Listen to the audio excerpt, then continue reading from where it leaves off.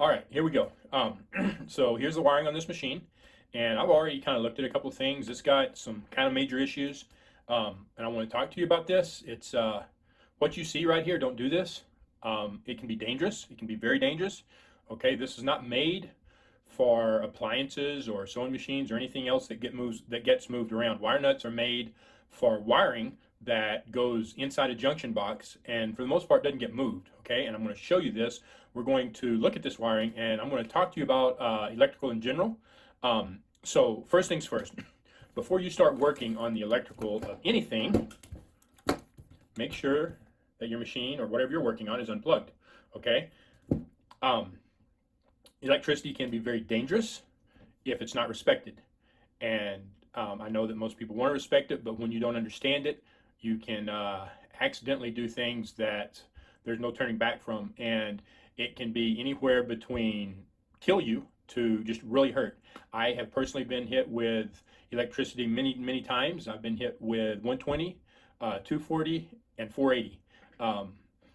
The 480 was kind of crazy. That was nuts. Anyway, that being said, being careful with this is the utmost importance. One of the biggest things with 120, one of the biggest things that really injures and kills people is they will grab a hold of something like this, and the 120 itself is usually not enough to kill you if you get just a little voltage, a small zap, unless you have something else going on, pacemaker or heart problems already. But that 120 your muscles work off of small electrical impulses. So if you grab something hot and it grounds out, it runs down your hand or whatever and goes somewhere else and grounds out and runs across your muscles, it causes your muscles to tense up and you can't let go. The small electrical impulses that you have in your body cannot overcome 120, and it'll just grab onto it and they'll just sit there unless a breaker blows. Sometimes they do, sometimes they don't, and you'll just sit there and basically fry your heart if it goes across your heart. If not, you can cause other problems to your muscles and nerves and stuff. So be very careful with electricity. Make sure that it's unplugged. Okay. What we're seeing here is a huge no-no. I just described about these wire nuts, and let's take a look here. Okay, I haven't messed with these. You can see that bare wire right there. I'm going to zoom in on this because there's some other things I want you to see. I'm surprised that this is never shorted out. Do you see? You see these little stragglers right here, like this? They're straggling out and can move. Okay, those are dangerous. Let's take a look over here. Right, I think it is right here. Here's some more bare wire right here. Okay, so we have two separate bare wires, and they can, when they're being moved around and stuff, very easily be crossed, just like this, or just like something like this. I've got this camera here, so it's really hard to do this. It's not hard. It's not hard to cross these at all, especially with stragglers like this. Okay, and it just takes that one little straggler, get in there and touch that, and it's going to arc, and it's going to blow this whole thing apart, and it's going to blow a breaker, and it's going to scare the crap out of you. Okay, make you crap yourself. And if your hand happens to be here, it's going to hurt like hell. Now, let's do some inspecting. These are old wires, and these old wires tend to come apart. So there's two sheaths. There's the outer sheath, okay, right here, and then there's the inner sheath on each individual wire. The inner sheath is the one that protects the wire, and the outer one just kind of holds them together, helps to add another layer of protection to them. And these things are driving me nuts. I'm gonna show you how to do this without having to have these. Okay, I'm gonna show you how to figure this out without having to have these tags on here to do this. If I can get them off. Anyway, I'll take them off here in a minute. But you see the inner somewhere there, the inner coating of wire on that. Get a little bit more light here, and it's kind of starting to come apart as well. You can see, yeah, you can see the wire there, and you can see all this right here. You can't really see what it's doing right here. Well, right there, I can see wire in there right now. It looks like, yeah, yep, it's coming apart. You know, so and then if you follow it up, when you see stuff like this, you need to inspect it. And honestly, you need to take this, you need to bend it like this, because if this cracks and starts coming apart, then you have a problem that's already starting. And rather than trying to ignore it and just go on, you need to replace it, because if you don't, eventually it's going to become a problem. You know, honestly, if you were to leave something like this plugged in and somewhere and leave the light on or whatever, and you had a short, it could potentially cause a fire. And if you were in the other room, you were out of the house or whatever, you could burn your house down. So this is not, especially, I mean, usually when you're sewing, you got fabrics, maybe you've got some paper, you got a lot of other things around, okay? And this is not this is not at all an issue to play around with. This is something that really needs to be taken care of. It's a safety issue. If you have kids have no idea. It's very, very dangerous. So please inspect your machines and get them fixed. If you're uncomfortable with doing this, that's fine. You can find someone to do it for you, but please get them fixed if you're going to use them, okay? And you can see right here going into the light. You know, that's coming apart, and you can't see it real well, but I've seen it a while ago. Yeah, you can see it right there. You can see the bare wire right there. So both of these coatings are gone. Both of these coatings are trash, and it needs to be replaced, okay?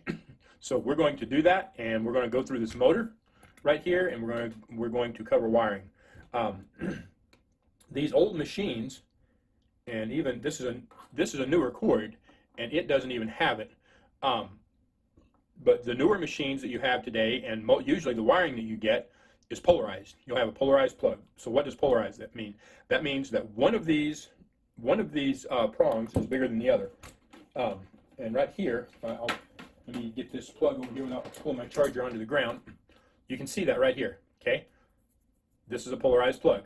This is bigger than this, okay? So in house or whatever, the smaller one is the hot. The bigger one is the neutral, okay? On these machines, it doesn't matter. It really does not matter. If you have a machine that has electronics in it, it does matter. Some of them will handle voltage going across them the wrong way, and some of them won't.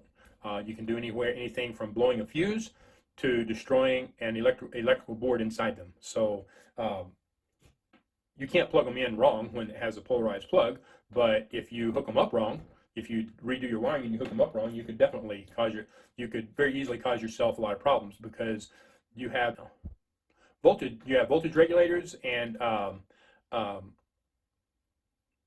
converters in there as well, and they're made to have electricity going through them one way.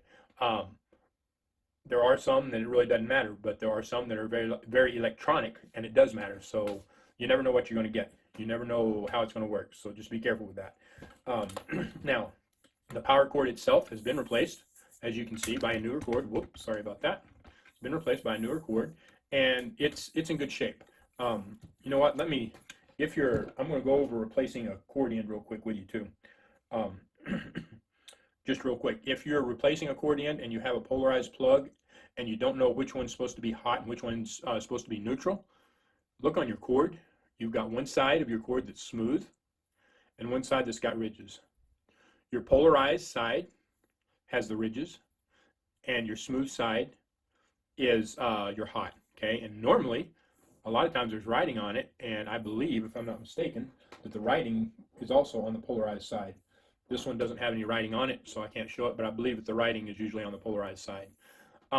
But normally the ridges are on the polarized side, and the smooth side is your hot side, okay? So if you're not sure about that, that's kind of a standard in the industry. So let's get on with this.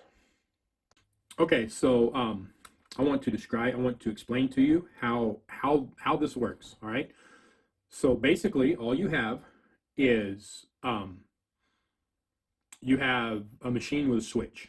Okay, but the motor runs off of the switch, and the light has its own switch, right? And a switch, normally, if you're dealing with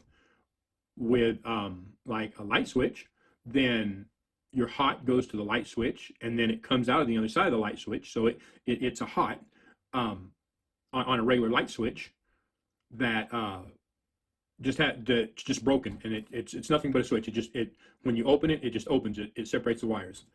This controller A is like a rheostat, okay, where as you push it, it starts out with a minimum amount of voltage, so you get a minimum amount of power out of your motor, and as you give it more, as you push down further on it, you get more voltage, giving you more power. Also, it does not work because the nature of it and the way it's set up, it does not work on the hot side. This foot pedal, the switch, is wired into the neutral side. So your hot wire comes into your motor and your light switch and back out. And then the hot sits here until you turn it on, and then it goes out the neutral. And the hot sits here until you push this down, and then it continues out the neutral. Okay, I hope that's making sense. Just understand that when you have a machine plugged in that's properly wired, properly plugged in, you have power all the way to it. Just because you don't have it running doesn't mean there's not power. Okay, if it's plugged in, there's power to it, and it can knock the crap out of you. All right, so now let's explain the way this works. All right, here's my power cord. Here is my foot pedal cord. I told you that the smooth side was hot. Let's get a little closer here if we can. The smooth side was hot, right? And the ridge side is neutral, is polarized. Okay, well, let's take a look. Let's see if that's how it's wired. They numbered it, so it should be. So this is the power cord. Here's the smooth side. And there's two wires here. Okay, let's follow them and see where they go. You have one that goes directly into the motor. Okay, so let's go into the motor. So let's, there's the hot, there's the motor. What's this one? This one goes to the light. Right here, right? Okay, so go back down here. Now, this is the neutral, right? Or no, I'm sorry. This is the neutral, right? It's ridged. It's the other one in the same cord. And we have two wires connected to that. So let's stop and talk about that. So one goes up to the light, right? Let me get out here. This one right here goes up to the light. So when it's plugged in and you turn this, it just automatically comes on. It doesn't have to go through the foot pedal. Okay. The other one that we have here, okay, that's the neutral. The other one that we have here is the foot pedal. So here's the power wire, right? And here's the foot pedal. And so it goes down the foot pedal, correct? Goes into the machine, or into the foot pedal. And we'll open this up in a little bit so you can see it. I shouldn't have any work to do in here, but I want to show it to you so you understand. Then when you push this down, it comes in one side, you close the gap, and it goes out the other side. And where's it going? Okay, so it comes out the other side and goes to the motor. So what does that mean? All right, so we'll go back over here to this hot. I told you that this hot goes up to the motor, correct? The hot goes up to the motor, it goes in the motor, it comes back out, comes out here, it goes into this cord, which is your foot pedal, right?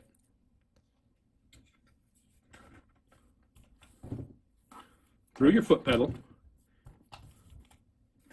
I'm doing horrible with this camera. Through your foot pedal, back up the other side, and then to your neutral. Okay? Is that making sense? I hope so. So your hot goes into your motor, it comes back out, it goes to your foot pedal here, and then travels back when you make your connection to the neutral, which goes to the neutral in your plug, right? I hope that makes sense. I hope that is understandable to you. If you have a machine that plugs in and you've got 3 spots back there and you're trying to figure out, man, how does this hook up? So you're going to have a hot coming in and you're going to have a neutral going out, and they're both hooked to that plug, right? And then you have a third wire there, which is for the foot pedal. And so your light, one side will hook to the hot, one side will hook to the neutral. Your motor, one side will hook to the hot, okay? The other side, that third terminal, is for the foot pedal. The one conductor of the foot pedal will hook to that, and the neutral coming out of your motor will hook to that. Then the other terminal for your foot pedal will hook to the neutral. Let me know if that makes sense. Let me know if I'm making sense with what I'm saying. I hope you understand that. it's really a simple concept, but it can sometimes get kind of crazy, and not make a whole lot of sense. But let me know what your questions are. Let me know in the comments if what I'm saying is clear. Let me know if it makes sense. Let me know what all questions you have, and do you have something weird going on? Let me know, and I will offer you whatever help I can. As well, again, there's a link in the description where you can join my group if you're having other issues that I don't cover here, and I can further help you in the group. All right. So now I'm going to completely undo these cords and get them out of my way, and then we're going to pull the motor apart and we're going to go over that. Okay, so I'm going to pull these wires apart, and then to get them out of the way, and then I'm going to pull this motor apart. I know that the upper brush has a problem because I've already kind of messed with it some, and I couldn't get it out. And I didn't want to take it out until I was able to do it on camera. Hopefully I'll be able to show you. I think I will. So first things first, since I already know how to wire it, I'm not labeling anything. I'm getting rid of all the labels, and I'm just pulling all apart. Okay? And when I rewire this, when I put this together, I'll explain this again, and I will try to show you how it goes. And if you can get a good understanding of it, then it should be easy to do. A lot of times if you have a plug where you've got a plug that plugs in, like some of these do have the plug on the end of them, and you're trying to figure out what wires are what, it's a good idea to have a multimeter so that you can figure out which one's hot, which one's neutral, and then which one goes to the pedal and which one goes to the light. That's the easiest way to do it if you can't follow and trace the wires and you're unsure. I don't know if some of you may or may not know what brushes are. They're part of most motors. There are carbonless brushes. Most all these older motors have carbon brushes in them. Most of the motors today that don't have carbon brushes are going to be in the newer machines, and they're sealed motors that you can't take apart and work on. So that really don't matter for purposes of this. This right here is where one of the brushes goes.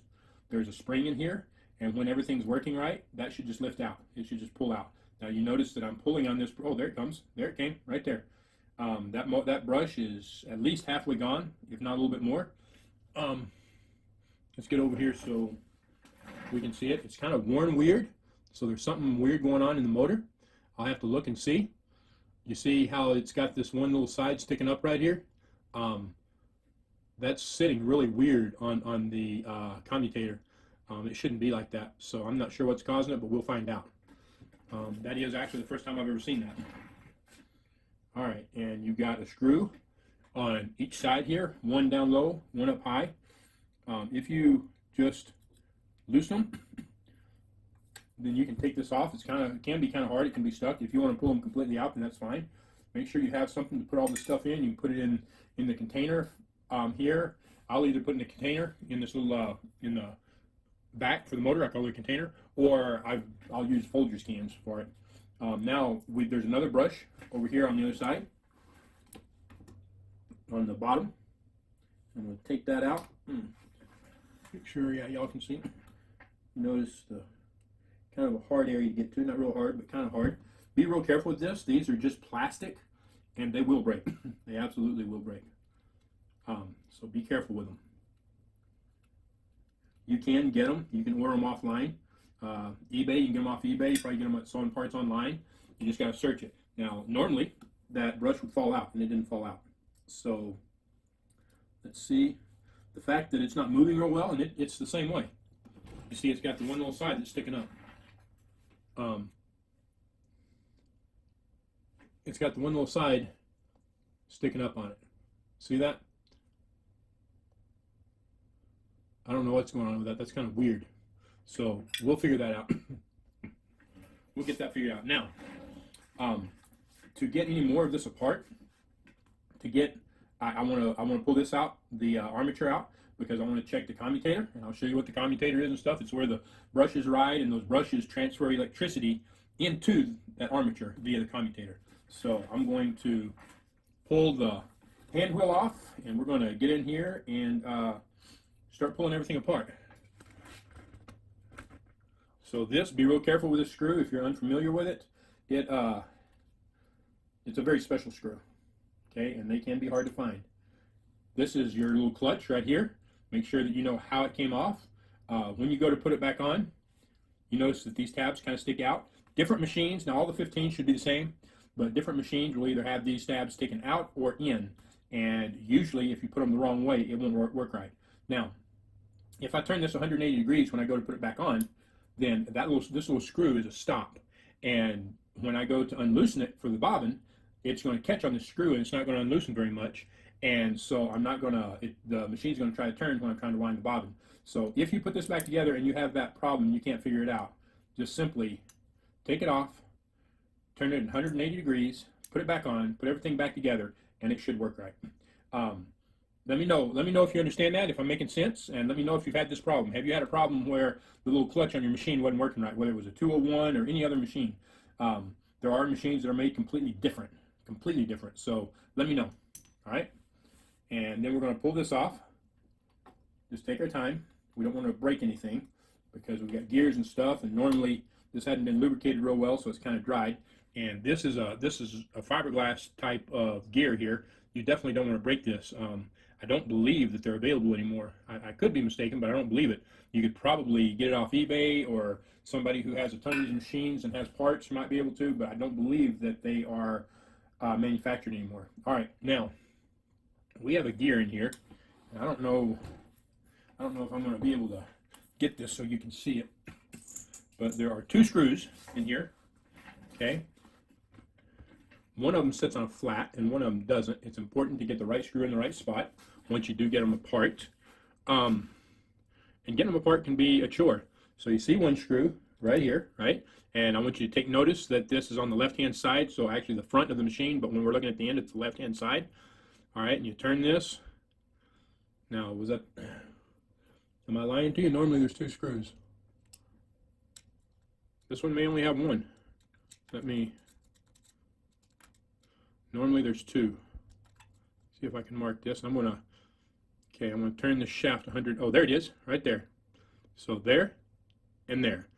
And you've got to make sure that you have the right ones. I don't know how tight these are. Sometimes one or both of these are tight as hell. And we're gonna find out here in just a second. Make sure you have a really decent screwdriver. It can't be a huge screwdriver, but it needs to be real close to the size of these screws to fit these screws. And it needs to be very strong. And sometimes I have to use a rubber, not a rubber, do not use a rubber mallet on these. I have to use a wood or rawhide mallet. Never use a freaking hammer. You'll tear shit up. Okay, I'm going to see if I can use a little bit bigger screwdriver on this because it's a little bit small. That's a broken screwdriver. Now this can be tricky because the shaft can try to turn. You normally have to put a lot of torque, pushing down torque into this and turning. There it went. That was a little tight, but it wasn't horrible. But just because, and when you do this, having a magnetic tip is a great idea, and you don't want to, if you undo that, you want to take that out. Okay, pay attention to what goes where. Okay, so this is this screw in this one, and you can't see that, but that is not a flat. So the other one is, there's going to be a flat on the shaft, or at least there should be, if it's been properly installed. Okay, which means that this screw should be a little bit longer. It also means that this screwdriver is not going to get in there because it's too freaking wide. Having a lot of good screwdrivers is a good thing. If you work on these, if you don't understand that, after you break about 2 or 3 screwdrivers, you will understand. Okay, so here we go. So I got to push down on it. I need to make sure I get a good push on it. I'm holding it with my right hand, make sure it don't turn. And that was freaking simple. My God, I can't believe how simple those were. Now, that being said, having good screwdrivers does make a difference. If you have a bad screwdriver, it can slip a lot easier, and once it slips, you can have a lot of problems. It can start getting harder to get out. And actually, this is the exact same size.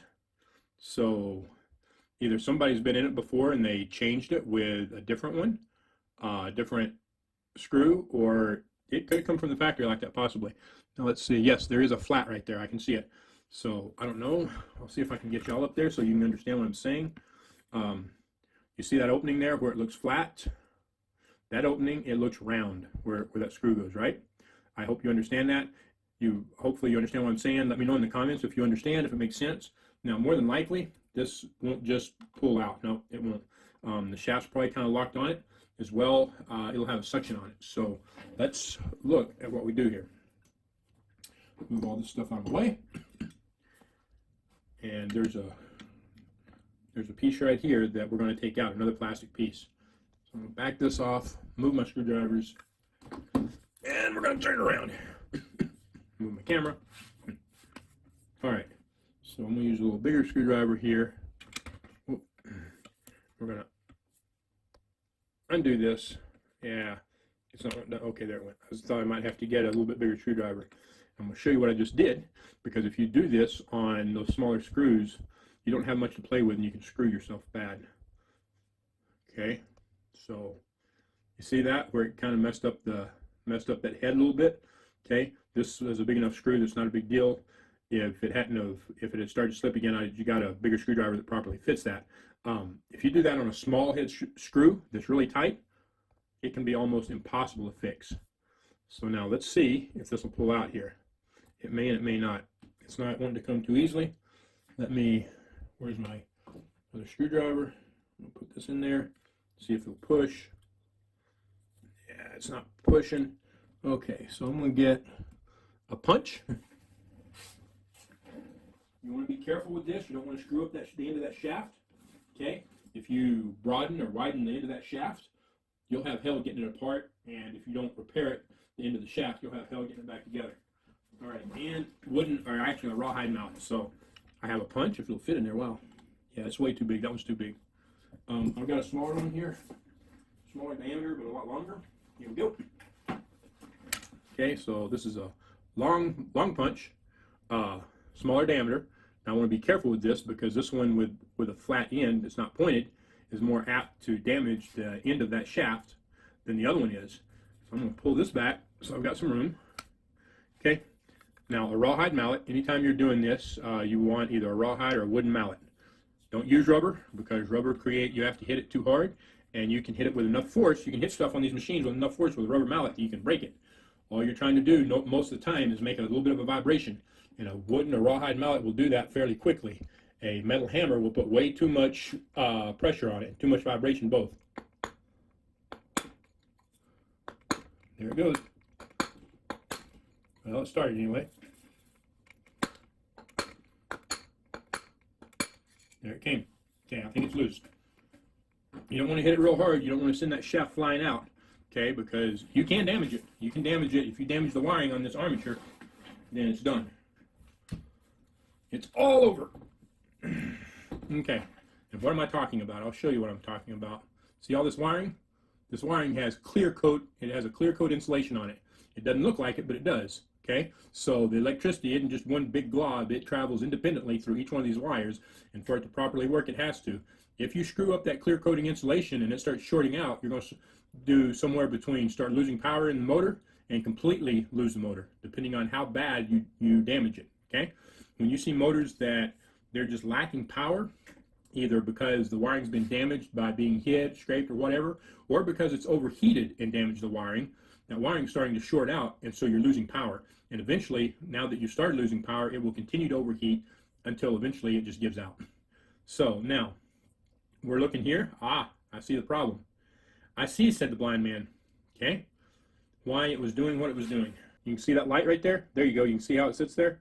That's how it rode. All right, that's how the brushes rode, and that should not have happened. It should be back. It should be back here. It should ride back here somewhere, a little ways away from the edge. So when it was put back together, it was put back together wrong. As well, you see all this buildup like this, okay? And it's real gummy and gooey. That's oil. Somebody put too much oil and grease in this, and it got on the armature. You can short these out doing that, and that may be part of the problem. I didn't try to run this before I done this, because the wiring was all messed up, so I don't know if it runs or not. But you want this cleaned up. So now we're going to clean this armature up, and we're going to see what kind of damage, if any. Normally there's some damage, and not looking through the camera, it looks like I can see a little bit of damage. it's really difficult, not anything major. I don't see any deep grooves or anything. It's really difficult to show it here on the camera. I'm trying, but all right, I'm going to get some stuff to clean this up with. So what I have here, I have it in a Nathan's Kosher Spears bottle. It is dentured alcohol. It's not regular alcohol, it's dentured alcohol. It's a good idea to have ventilation if you use it. Keep open flames away from it. It is considered a fuel. It's a clean burning fuel. It's very flammable. It also works very well on a lot of sewing machine parts. It's very safe on plastics most of the time. Thin plastics, thin paints, it can hurt. These black machines, this coating, this outer coating, it will absolutely destroy that outer coating. So keep it away from it, all right? Especially like this one. This one's in great shape. It's dirty as hell, but it's in great shape. Be very careful with that. Regular painted machines, it don't normally hurt them. Always test in inconspicuous areas, like a machine like your 400s and 500s that has the two-tone browns. The lighter colored brown, the light color that's on the top and stuff, is very easily damaged, and this paint would, or this alcohol, dentured alcohol, would probably harm it. It might not harm it right away, but if it were to sit on it for a couple of minutes, it would probably harm it. So be very careful with that. That paint, the lighter color comes apart very easily. The darker color is a really good, really strong color. Again, on a plastic machine where you have the light paint, where it says Singer or whatever, or even like the 70s models where it has the paint on them, and has like it say Singer or Bernina or Brother or whatever. This dentured alcohol will take that off, and it will do it in a hurry, quickly. So if you're messing with one of those machines with dentured alcohol, be careful. The plastic itself, I haven't seen any thicker plastics that it will hurt. So, but always test. Always, whatever you're doing on it, test it, and keep heat and open flames away from this. You will regret it if you don't. You can also use nail polish remover, and the precautions are pretty much the same when it comes to that. All right, so that is an alternative to this. There's tons of other things you can use, but both of these work fairly quickly, which you're fixing to see. So you see all that yellow on there, right? That's old oil and stuff. And now you don't. You see a little bit right there. Okay. And this just, I mean, this stuff just really rips it off quickly. All right. So that's gone. Now this doesn't work on these real quick. If it was sit on there over a period of time, it might. So far as removing that clear insulation coating on it. So be very careful with that. Don't soak one of these in alcohol. Don't leave a rag laying on it or anything like that. You could definitely mess it up. Okay. And we're getting all the dirt and stuff off there. Nasty.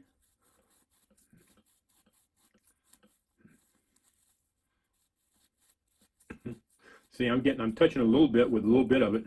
This stuff will dry out somewhat fairly quickly when it's on a rag, and I don't mean like real quick. It's not real quick, but somewhat quickly. If it's in a bottle or a can or whatever, it does not evaporate real fast. But off of a rag, it will evaporate somewhat quickly.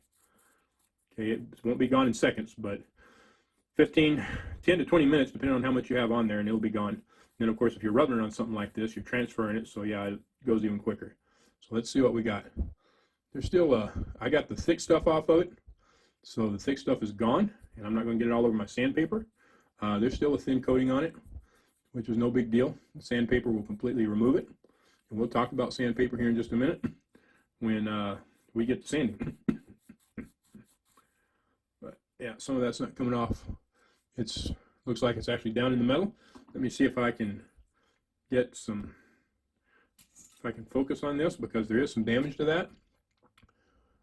It's not huge damage, it's just real light grooves in there. I could probably put it back together and put it back in there right, and it would probably work. You can have some loss of power because it wasn't properly working, or a couple other things. I've got it apart. I'm going to fix it the right way. So I use 800 grit. That's a good grit to use. You might maybe use 600. That's not my recommendation. I wouldn't do it. If you use too heavy of a grit, you'll destroy this.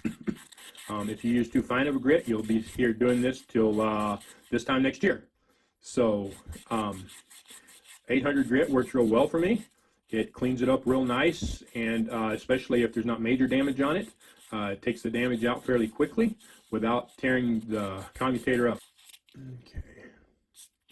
Now, you can see all the copper. These are made of copper. You can see all the copper that's come off. There's still some crud on there. You can't see it real well here. I can see it a lot better off camera, and I want to get it cleaned up some more, so I'm going to just keep on. It's got, I don't know if you can see them or not. Now that I've cleaned it up some, you can kind of see it up here. You can kind of see grooves. Let me see if I can mess with the light a little bit here, and there you go. You can see some of the grooving right there. It's not major. It's a little bit.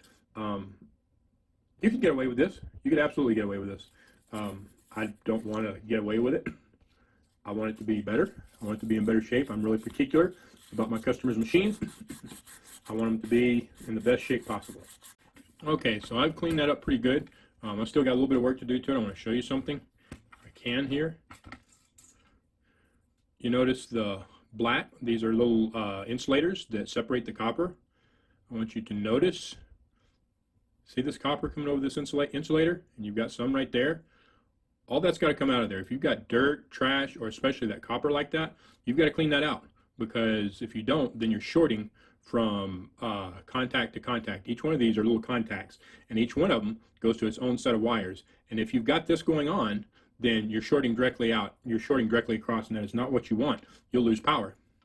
You'll absolutely lose power. You can use a small screwdriver, you can use a knife blade, whatever. If you scratch up your commutator, you've got to clean it up. This can be kind of a cycle sometimes, be kind of a pain. I'm going to get off camera and go do this, because it can be kind of a pain to do that if you use a knife. Be careful. And I can't do this. You don't have much room to play, and you need to be real careful with it. So I'm going to have to go off camera to do this and get it all cleaned up, and I'll show you the end result. Okay, so I got it cleaned up.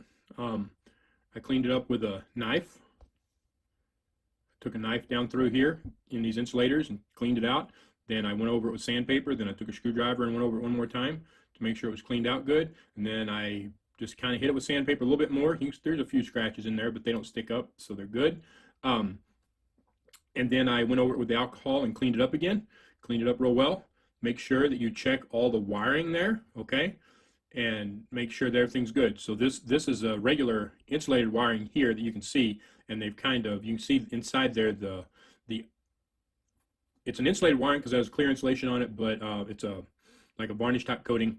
That's what's coating all of this, okay? But this has a regular insulation on it, whereas that in there does not. They've kind of protected it, kept it inside, whereas on this end it's not.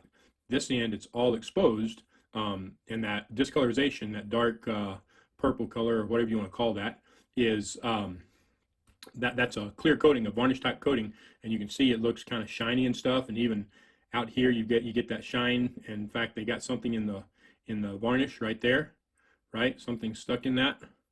I don't know what it is, but got something in there. I'm not going to worry about it. If you damage this, like I said earlier, you'll ruin this motor. You'll ruin this this armature, and there's no repairing it. Once this wiring gets damaged, there's no repairing it. The only way to repair it is to pull these coils of wire out, have them redone and re-put in. And normally you've got to do that at an electric motor repair type place, because that is an enormous amount of work, and it takes a lot of precision. A lot of precision. The coils have to be exactly so many wraps, and they have to be put in there carefully. It has to be wound up, and then it has to be coated, let dry. Some places bake them, and then put in there. And you notice how it's overlapped. It has to be put in there a certain way. It can't just be thrown in there. So be very careful with this, and do not tear this up. Don't put a bunch of chemicals and stuff on it that you don't know what's going to do. Don't soak it in chemicals. You'll destroy it. Okay, so be very careful. Next, we're going to talk about the stator. Okay, this is the stator, the part that doesn't move, the part that just sits there. We're going to take it out and talk about it. You notice it's got a bunch of crap in here. Okay, that's the carbon off the carbon brushes. That is normal. If you open that up and you see tons of carbon in there, you know that's fairly normal. It happens. It doesn't matter how well the motor's been taken care of, what shape it's in, whatever. The brushes, they come apart. You know, they get, that's turning so fast, it gets turned to dust. Be very careful with those carbon brushes. They are very, very fragile and can be broken very easily, so be careful with them. If they're too short, I'm going to use those. The life on that's about half. It's still got years and years of life. Okay, so I'm just going to put them back together. I'm going to clean that edge up and clean them up and put it back together. Do be careful with them. Be careful with the springs. The springs are very important. They push them in, make sure that everything's making good contact. So be very careful with that. But we're going to clean all this up. We're going to look at the wiring in there. I pulled 201 apart here a couple of months ago, and where this wiring here went inside, it was all bare. And the lady had actually been running it like that. So it was bare and it was tied together. I guess the only thing I can guess is there was just enough insulation to keep it from shorting out. It was absolutely crazy. What I saw was absolutely crazy. I have no idea how it ran, how it done anything. Surprised that it didn't blow up and burn something down. It was pretty insane. She had an angel or something looking after her, I can tell you that for sure. So, all right. Now we're going to take these two screws out. I'm going to see if I can focus on that instead of my hand.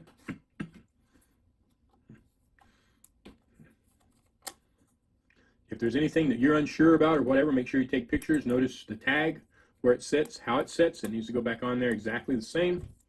Okay. So we'll take that tag out, or that screw out, take that tag off. Don't destroy the tag. I mean, I guess it doesn't have to be there, but just to try to keep it original and stuff, I would recommend it. But it doesn't, per se, serve a purpose. Now, this bolt has been messed up. I can't get my screwdriver in there. You can kind of see where it's been messed up there. So I'm going to see what I can do here. Looks like somebody used a hammer on it. Maybe they tried to get it apart and they couldn't. I don't know. Okay, this is going to get a little hairy. Hairy. I'm going to put the small screwdriver in there. I'm going to use my mallet.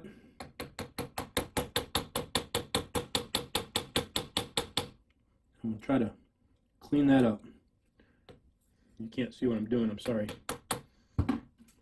Turn the light over here. Normally when you do something like this, that'll just push right through quick. This one's not. They've really done some damage to it. Again, you want to be careful. You notice I'm not pounding anything real hard. I'm not beating anything. These things are cast iron. Cast iron breaks easy. Too much vibration. I could hit this hard enough with this mallet to break it. All right? So don't be fooled that this mallet is safe just to go to town on it. It's not. This cast iron will break before this mallet does. All right? Because it's so rigid and so hard. It has no give to it. So be careful.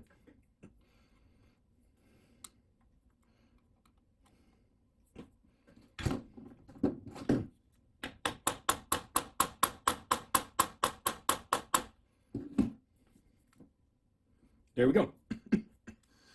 If you just take your time with this and you don't get crazy, sometimes it takes more time than what you want to spend on it, but that's the way it is. That's just the way things work out. Now be very careful with this. You've got a good bit of wiring. You've got wiring hooked to where the brushes are, as well. You've got the regular wiring, and I want that goes through, that connects to the electricity and stuff. I want that out because I want to inspect it. This wiring has a cloth on it, and it normally holds up good. Be very careful because it's soldered. If you break that, you're going to be replacing soldered edges, okay? See how this is tied together and stuff? The one that I was telling you about, all this insulation was done and it was tied together like this, and I have no idea. I have none how it was even working. Like I say, somebody was watching over her. Okay, so I'm checking this. I want to check this. I want to make sure. Okay, there we go. See that? When I do this, it cracks. So this is no good. It's starting to come apart, and at some point it's going to come apart. So instead of waiting for it to come apart later, we're going to fix this right now. Now, how do you fix this? How in the world do you fix a problem like this? Because replacing this wire is kind of difficult, right? In fact, it's almost impossible unless you get another stator or whatever, because this wiring is directly connected to the stator, right? You see where it just goes right straight in. These are coils of wire, same type of coils that's on the same. It works the same as the way it works on the armature there. So how do we fix this? I'm going to take this. This isn't real horrible. No, it's bad enough. So I'm going to take all of this coating off here. I'm not going to cut the wires. Okay, I'm not destroying the wiring, but I'm going to take all this coating off. Okay, very carefully, because I don't want to destroy the wire. And then I'm going to show you how to fix this without replacing these wires. Okay, because the wire is good. The wire itself is fine. It's just the coating. So basically, we're just going to recoat this wire. This is the easiest way to do it. I don't have to do this. It would last a while, but again, like I told you, I want to take care of my customers, so I'm going to do this. as well. I'm making a YouTube video, and I want y'all to see this. I want you to see how I do it, because I don't know what you're encountering. I don't know what your motor looks like. You notice how I'm able to just kind of destroy this with my fingernails. I'm not having to take something and cut it. It's well on its way out. And I don't want my customer coming back to me in 3 or 4 months or 6 months, or honestly, I don't want her coming back to me in a year having electrical issues with this motor or with this machine. I want it to be good. So we're going to fix it. And we're being very careful not to destroy the wiring. Okay. If you need to use something sharp to get it off, then you can. If you need to use something sharp to get it off, then it might possibly still be in good enough shape to save. Okay, so that's far enough. It doesn't have to go all the way in. Let me try to cut it somewhat even. Be very careful if you use something sharp, because you can cut through this wire very quickly and easily. And then you're going to have more problems. Not that it's not fixable, but you'll have more problems to deal with. So I've got the wires peeled. And I've got the inside is cleaned out, all the carbon out. You want to clean this out because that carbon is conductive. So it will conduct electricity. So if you get enough of it built up in there, you could potentially have problems. So when you open these up, you really want to clean them out. Now, so, you know, trying to rewire this, so far as cutting the wires and hooking new wires, is really not the best idea if this is in good shape, because you've got to figure out a way to solder them. You're not really going to be able to connect them any other way. You might be able to get some bare connectors and then shrink tube over them, but you're in a really tight spot, and those bare connectors are going to make a big bulge and take up more room. So the best way to do this, if the wires themselves are in good condition, is you want to just shrink tube them. Now, that being said, you don't want to just go out and buy any shrink tube. You want marine shrink tube. And why is that? Most run-of-the-mill shrink tube that you get out there is, it'll shrink, but then when you start bending it, and if it gets pulled on or whatever, it'll expand back out. You'll have it on here, and it'll just expand, and it'll start getting loose. It'll tear. It tears easy, and before long you'll have a problem. What you want is marine shrink tube. Why? Because a marine shrink tube is a thicker, heavier shrink tube. You can see this. This is the type that I've got. It's a Storehouse, but there's tons and tons of brands out there, and I'll put a link in the description for some of this stuff that I'm showing you if you want to get it. I got this at Harbor Freight as well. You can go to Harbor Freight and get this. You might be able to go to Home Depot or Lowe's or a number of any other hardware stores, but you want marine shrink tube. Okay, absolutely, you want marine shrink tube. Don't do this with a regular shrink tube, because you're just asking for problems. And this stuff's not very expensive. I think it's less than $10 for this package of this. But again, all this stuff that I'm fixing to show you, I'll have a link in the description if you're interested in getting it from there or whatever. If you do, it helps my channel. So either way, whatever works best for you. Anyway, so we're going to shrink tube this and get it recoated. And I'll show you exactly what we're going to do. With shrink tube, you have to use heat on it, and I use a gas soldering iron. All right, and so it has many uses. It's a mini heat gun, a mini torch, and a soldering iron all at once. And as far as the soldering goes, it gets very hot very quick, which for what I do is very good. And you know, it's just real simple. This one's a Snyder. Again, I got it at Harbor Freight. I'll have a link in the description where you can get a nice little kit if you want. This is the soldering tip, and as you can see, I've used it a good bit. I use it for a lot of things. If you take this off, if you take this tip off just like this and unscrew it, you won't do that hot, but then it becomes a heat gun, okay? Or you can, when you go to light, you can light it out here and it makes a small torch. Or I believe that you can take this off and create a little bit bigger torch with it. So it's very useful. It's very awesome. Works great. Anyway, yeah, I don't need that on there. I'm not soldering. I'm doing heat shrink tube. So let's get on with it. With your shrink tube, you want to get something that goes over everything, but it's not just real huge. And I'll show you what I mean. you know, we've got right here, we've got the wire. We want it to go over the wire as well. We want it to go over this little bit of insulation that's here. Number one, we want to make sure that we've got a good coating over it, but we also want to get over this and kind of support what's there so it doesn't flake off in the future, and then become another issue against here. So I'm going to just make sure the wires always have, they're wound in a certain direction, and so I just make sure that they are completely wound in that direction all the way down, so that I don't have any loose straggling wires. It's going to cause me problems, and B, it makes everything flat and smooth like it should be. Okay, so here we go, because you absolutely don't want stragglers outside of this.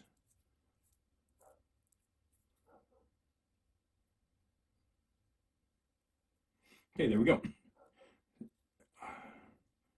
Sometimes it'll catch inside and try to push. But all right, so we've got that over, and now we're going to take this down. Okay, I'm just going to go all the way to the bottom with it, just like that. So I just went as far. Whoop, I don't want to break these on wires. I just went as far in here as I can. I don't think that you can really see that. Sorry about that, but I took it as far in as I can take it. Okay, to make sure that I've got as much covered as possible. Make sure that everything is very stabilized in there and nothing's going to come apart. None of the old casing on that wire is going to come apart. And let's get back out. And that there's no stragglers, so on and so forth, like I said. And now we're going to take this one and we're going to heat it up, and we're going to shrink it down on there, and then we'll do the other one.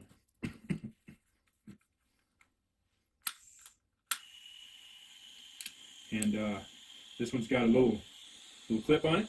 You can hear it there. You might be able to see it. Yeah, you can see it right there. Let that get a little warm. Woo, yep, it's warm. Okay, and now you want to be careful. You want to make sure that you've cleaned all this up and that there's nothing flammable on it or anything. If you use the stuff like I was telling you, the flammable such stuff, you want to make sure it's way dry and gone. You do not want to use this if there's anything flammable. So, all right, that is a huge thing. Make sure that there's nothing flammable around, and you haven't just cleaned this with flammable solvents. So here we go. And you want to be real careful not to burn anything up. You can see it moving on its own. That's the tube shrinking. Remember, you've got those wires there, right here. You don't want to get them too hot. You don't want to melt anything. You want to continue to move this back and forth till you've got it and it's even all the way around. Now once you get it down there, then you'll just work your way out. Okay? And as you work your way out, it'll shrink right down around it.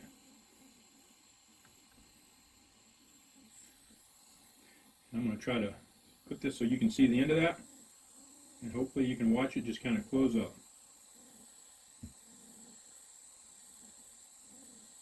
And don't leave it in one spot. I'm trying to watch the camera and do this both at the same time, so hopefully I won't end up burning anything up. It's not... Even this little piece is kind of big for this small wire. But it's doing good. There we go. Okay. And my torch was kind of running out, and I'll show you. You want to have a place to set that because that end gets hot. You don't want to melt anything. You don't want to put it up against anything flammable, so on and so forth. Now this is hot, so if you touch it, you're going to burn yourself. Now I want to show you here what we've done. Hopefully I can get this in so you can understand. I told you this is a marine shrink tube. It's a little bit heavier. It's also watertight. It also has a sealant in there that seals to the wire. So it's going to kind of be like what was already there. It's sealed to the wire and it's not coming off. Well, it's hard to see, but you can see the sealant in there. Okay, there we go. Now I pulled it out and we focused. You can see the sealant that came out, right? And it's sealed down around the wire. If I heat it up more, and I'm going to actually, I'll get more of that sealant out.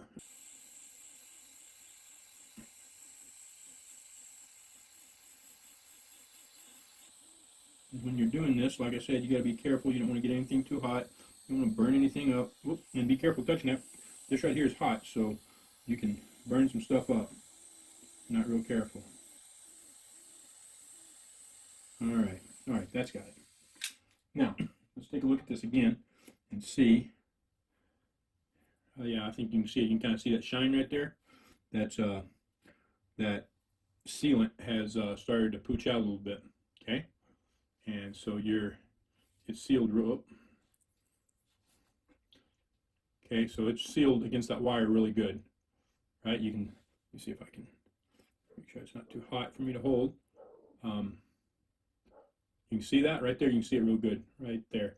You can see that sealant real good. It has melted into the wire, and so it's melted on there really good. It's not going to come off now, right? So now let's do the other one. Okay, so I'm going to measure this, get a good measurement. I want to go, oh, I don't know, to say right here. That'll be close enough. Get my scissors and just cut that off. That went flying. I didn't mean for that to happen. Okay, put this on, twist. Okay. I'm going to do just a little overlap, not a whole lot. Now this can get tricky. Okay. You want to make sure that you get this up there good. If you're really good at it, you can just like put them butt to butt and make it work. I like to take a little extra care and do just a tiny bit of overlap. Remember, it's shrink tube, so it shrinks. Keep that in mind. If you don't get it just right, it will shrink off of where you want it. So, okay. So here we go. I'm holding this, so it'll stay where I want it, but I got to be really careful not to burn myself. Once I get it shrunk on this one end where I want it, then we'll be good. I can let this end of it go, but I've got to make sure that I get it all the way around. And I don't want to touch myself with this thing. There we go. So you can see that. You can see how it kind of shrunk down around it, and then it gets smaller. Okay, so we're good there. You can see, I'll try to show you, you can see the glue coming out there, so it has attached itself really well. I don't like this end because it's just not doing what I want it to. Oh, shit! Excuse me. Again, like I said, this gets hot. You can use pliers or anything else to hold this, okay? I normally don't, I just don't, but you can absolutely use a set of needle nose pliers or some other type pliers to hold this wire. Be real careful with gloves. I would say if you're going to use gloves, to use welding gloves, but then welding gloves are so big and clunky it'd make it really hard to do any of this. So just keep that in mind. A small pair of, if you just got regular cotton gloves, you have a chance of, if you're not careful, catching your hand on fire. So I don't recommend that. I don't recommend that at all. The only gloves that I would recommend is welding type gloves, and I think that they're just too big, so probably not wear gloves doing this would be my advice. That wire's a little warm, but we're good. So you can see here, you can see the little bit of glue, okay, how the glue came out and glued to the outside of that, all the way, and it's all the way around. Yeah, you can see it there. So it glued itself to it, so it's good. It's still warm. It's cooled down a good bit, but it's still warm. So that's what you're looking for. You want to make sure it gets shrunk good. You want to make sure it gets glued good, so that if it gets bent like this, it's not going to come apart. Okay, that's very important. You don't want this coming apart when it gets bent like that and having bare wires. All right, now we're going to get this one done. Okay, and I'm going to let that cool down for a few minutes. Make sure it's nice and cool. All right, we're going to do this light the same way. This is a little trickier. We've got to take all this apart, get this light get the metal off this light. There are 3 rings, 1, 2, 3, and these things are very tough. You've got to be very careful with it. You don't want to tear up the Bakelite. You can't get these Bakelite things anymore unless maybe you find them used somewhere. If you buy it new, you're just getting cheap plastic, and you can see the freaking difference. Absolutely. So I try to be very careful with them and not break them. That being said, I have broke 1 or 2, so you got to be careful. All right. So I'm going to take this off. I've already completely unhooked that wire, so it's there's nothing holding it electrically, the wires. So I can just take that off. You take that cover off, then you got a screw right here that you're going to take out, and then your light's going to fall, or start to fall. So you want to hold it. Whoop. Okay, there we go. This all comes apart into several different pieces. Let me move this over here. Okay, so I want to get this glass out of here. I want to get the bulb out of here. Then I want to get these metal pieces out of here, and then start taking this apart. That's out of the way. Now we can slip these off here, and it'll make it a little bit easier. So be real careful with this Bakelite. Again, I can't stress that enough. Okay, it can be a little difficult. I'm not going to lie to you. You need to really be careful. I'm holding this with my thumb. Okay, if you don't hold this out, it will slip back. I've got far enough now that it won't. Be really careful doing this, that you don't break your Bakelite. Okay, once you get it so far, it just comes off. If you saw that, it can pinch you, so be real careful. Now we're going to take this one and take it off. And a lot of times you got to go back through that same hole again, so you got to fight it a little bit. Or groove, I said hole, I meant groove. I'll turn this so that you can see what I'm doing. Okay, and then we got to go through that second groove. Once you get it out of there, you can usually kind of move it if you've got enough hand strength. If not, you're just going to have to work it. Just like that. Now, those two are the easy ones. Those two suckers are the easy ones. Now for this one. This is the hard one. You need to be really careful. You don't want to break this. You don't want to break anything as well. You've got quite a few moving parts in here, okay? They're usually all copper and a lot of spring type stuff.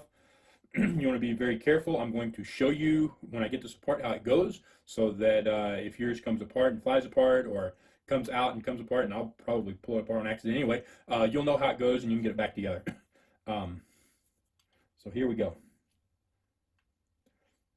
You need to be very, I'm going to use this other one. Use a small one. A smaller screwdriver is always better. Be very careful with your fingers. If you slip, you can embed a screwdriver into your finger, okay? So be very careful. If you've got the right types of pliers, then you can get in here and open these. I don't know that they make a good tool for this.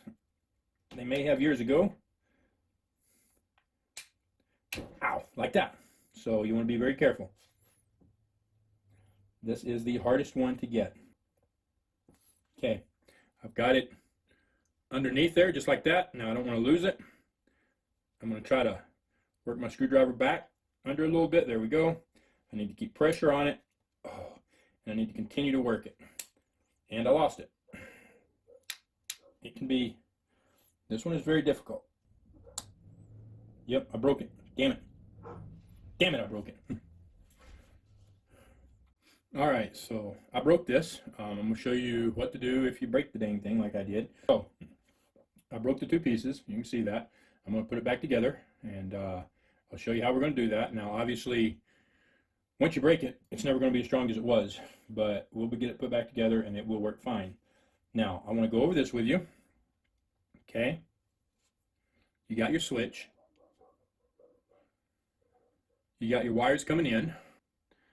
All right, so this wire comes in and it hooks to this piece of copper. It's a spring type piece of copper, okay? Springy copper, or yeah, and then this one comes in and it hooks to this piece, and it comes over and it comes through right here, and it's a springy piece, okay? So now keep this in mind. If you try to solder this, that copper conducts heat very, very, very well, and if you get that copper very hot, you'll lose its spring.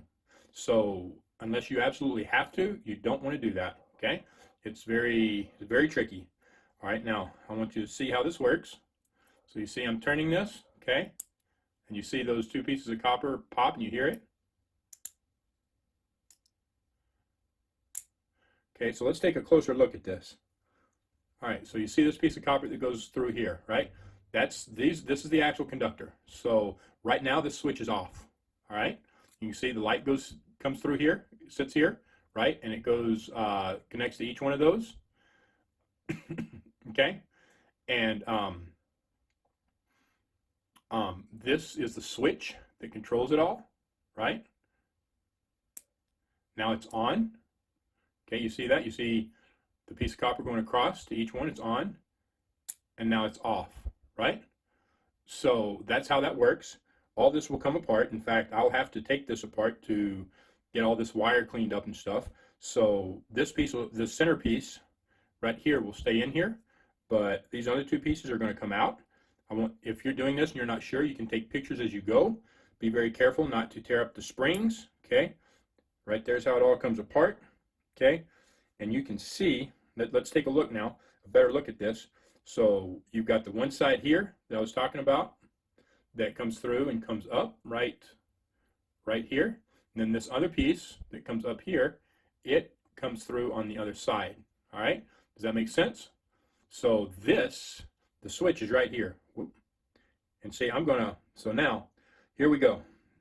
This will be a perfect chance to show you some, Oh boy, this will be a perfect chance to show you the soldering because somebody originally didn't solder it good and it's loose. So this light has probably never been worked real well. It's probably flickered and stuff. So we're going to go over soldering this as well. But for right now, we need to concentrate on fixing my screw.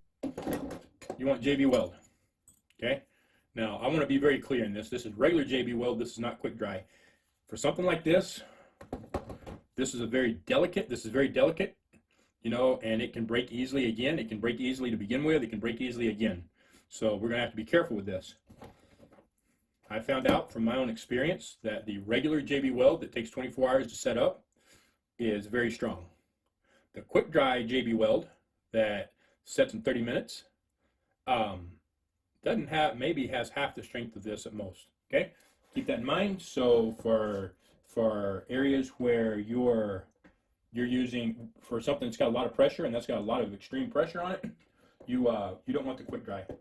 So I'm gonna do this. I'm gonna have to let it set up overnight. Make sure it sets up really good. In fact, it'll set up overnight until tomorrow evening. I'm gonna give it a good 24 hours.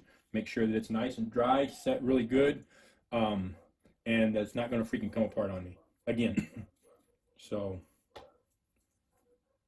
you need 2 equal parts. I don't need a whole lot of this. I buy the huge tubes of it. Sometimes I don't use it for long periods of time, and other times I go through it like crazy. So I usually buy a couple of sets like this so that I've got it and that it lasts a while.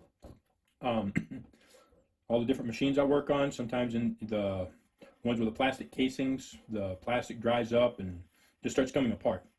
And I'm not sure which is which. So I got to find which is which. Okay, this one went here. So we'll do this one first. Okay, so you can see this matches up really good. The other one's not matching up too good. I got to find out why it's not matching up good. So I want to make sure that this is clean. I want to make sure that it's like super clean, this whole area. Obviously the brake is clean. Make sure you don't have any crumbs or anything that's breaking off. You want to make sure it's cleaned off really good. And I'm not going to do the inside of it because it should be nice and clean. Got a little bit in there. I don't want a whole lot. I just want to make sure this outside's clean so that I don't get anything in there and it gets a good seal. Okay. All right. I'm going to do the outside here as well.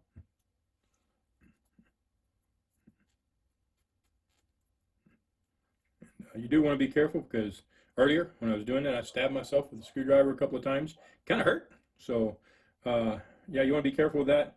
If some people may need antibiotic gel or whatever, so if that's something that you need, then you need to take care of it. Some people don't. If you don't, then no big deal, but making sure that it's cleaned up is probably a good idea. Washing it and so forth like that. Okay, so I'm going to, now this is all dried up good. I'm going to get this in here. I don't want it too thick, and it can be kind of tough to not get it too thick, but I want to make sure that it's really, it gets in there. Okay, I want to make sure that it gets into all the little tight grooves and everything, because I want a really good seal. Okay, so I got that. All right, and now I'm going to take this and I'm going to put it on here. I'm not going to trust that it'll just get into this from that one. All right, everywhere that I want it. I want an extremely good seal. I want to make sure that this stuff gets into all these nooks and crannies and little holes so that it really grabs a hold and it makes, I'm saying seal and I mean bond, I'm sorry. I want to make sure it gets a really good bond, okay, because this is a high stress area. I'm going to wipe this off a little bit, and then we're going to stick it together. Okay, if you've got a way to clamp this, to hold it for 24 hours, that would be a good thing. I don't have anything, so I'm just going to make sure that it's in there really good, like that. I'll come back in a couple hours, and I'll make sure it's pressed together good, that it's going to stay. It's not coming apart. You want to be really careful with this now. Okay, so I'm just going to kind of find a place to sit this up. Again, I'm going to come back in a couple hours. If you've got a way of really pressing that together and holding it, then that's a good thing. Unfortunately, I do not, because it's a weird shape. Okay, and I should have, before I'd done this, figured this out. And I didn't. But where's my, here we go. Let's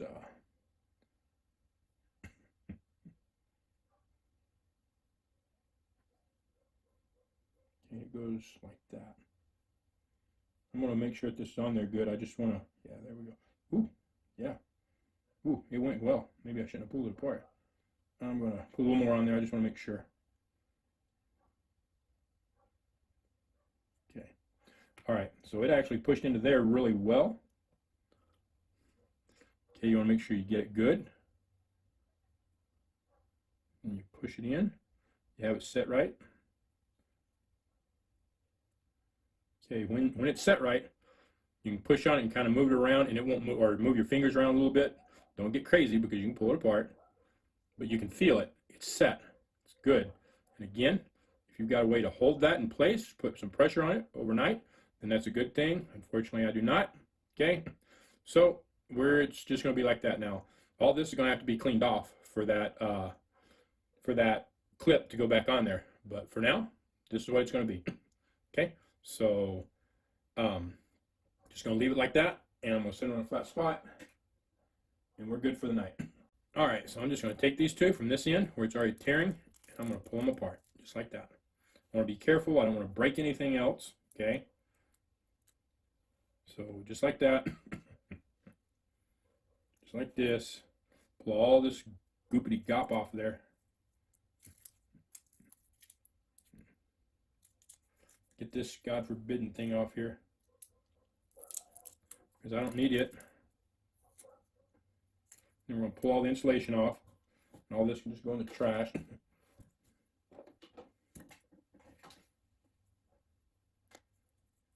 You see how that's all coming apart there? Like that. So you can twist it the opposite way. Don't do it too much because you don't want all the wire coming apart, but you can do it enough to kind of break it. Get it breaking, pull apart, and then pull it down. And just continue to do that, okay, until you get it all apart. Now further down here, some of it's pretty good, so I'm going to have to try to cut it with my fingernail. Be careful cutting this, because with a fingernail or whatever is not going to really hurt the wire, but if you get too crazy with something sharp, you'll cut the wire, and then you got to repair it. I may have to use a knife. Okay, so I'm going to be very careful, because I don't want to cut my wires. And these wires will cut easy, okay? You want to be very careful of that.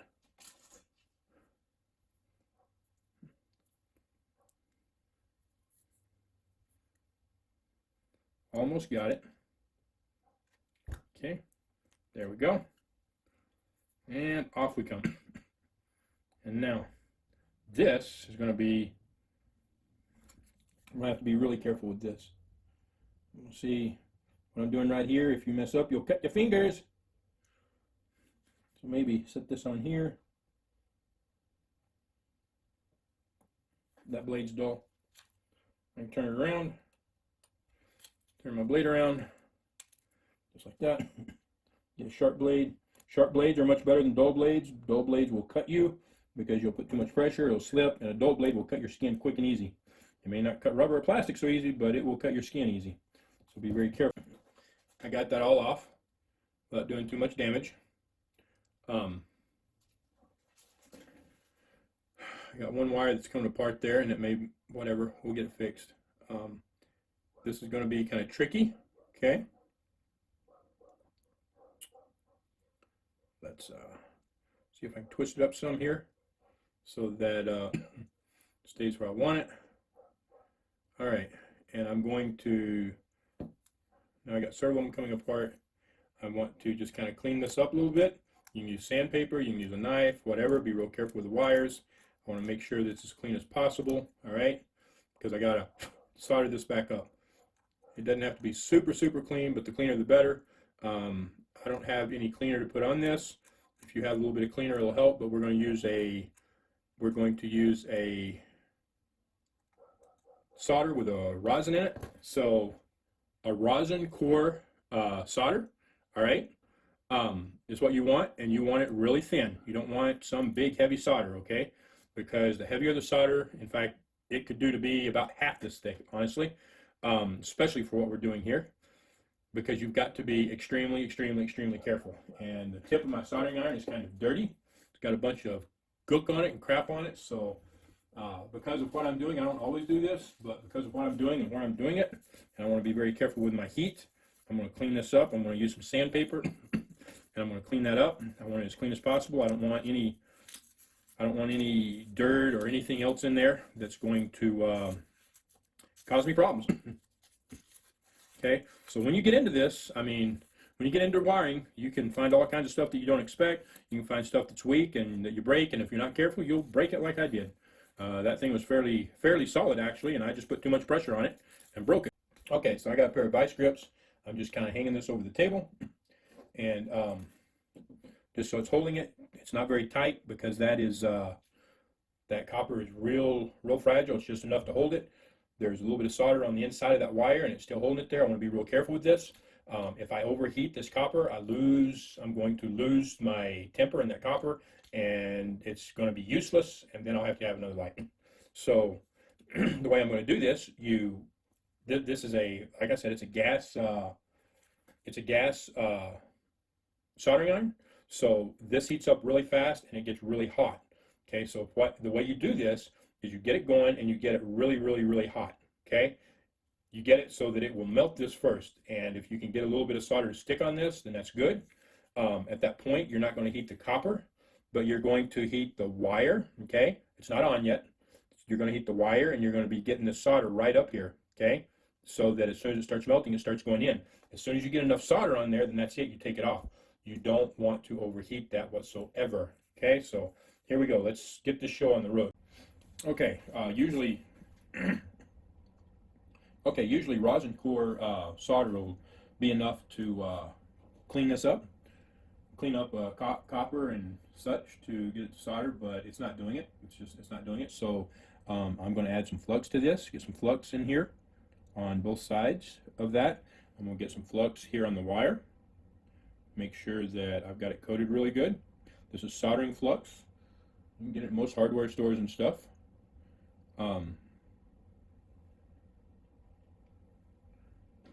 And I'm going to bend this a little bit so that it will hang on here. And I'll get it back in that hole if I can. Just like that. And that's bent down. I'll use a screwdriver. Bend it a little bit more. Okay, so I got that bent down. I've got flux on it now because it wasn't going to do it without flux. So I'm going to turn this up a little bit here. Hopefully it'll ride a little better. I'm going to get my torch lit again. Starting to get there. There it goes. You can see it. You can see the heat. And my solder's sitting on here real well, which is what I want. All right, here we go.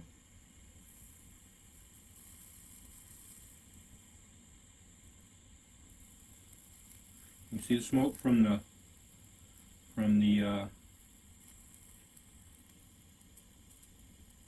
flux. And it's melting good. It's going in there good. Going through it. Sitting on there. There we go. All right. Now, you got to really watch it. I probably got a little bit more on there than I intended. That's okay. It went through. I don't want to move that. I want it to dry up there. I'm going to, let's see. Okay, it's kind of, all right. So let's look at this. Got more than I intended, but that's okay. I can clean it up if I need to. You can see there, it went onto the inside. Let me get something here. Okay, whoop, where are we at? It went on to the inside here and got it. It's on the outside right here. It's stuck here really good. You see how quick that went when it's working properly. Yeah, so I may have to make a few changes here. That I may have to cut it or something. Be very careful with it when I do it. We'll see when I put this back together. So anyway, that's why it should go very quick like that. And let's see if this is cooled off. Yeah, doesn't take long. Okay, and I have not lost any spring. Okay, so that's very important. When you lose your spring tension, this will just bend real easy. I've done it before. So let's see what this is going to look like and see what it's going to look like. All right. So here's this, and this one went right in here. So let's get it back in there if I can. You know what, I think, yeah, it goes like this. It'll only fit in there one way. So,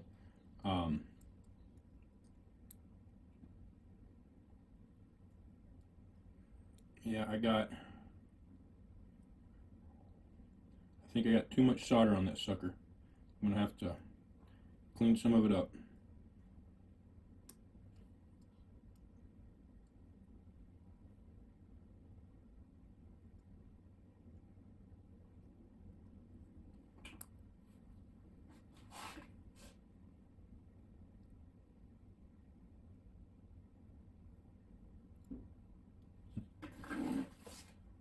Okay, so I got it cleaned up right there. So let's see if we can get this back in here now.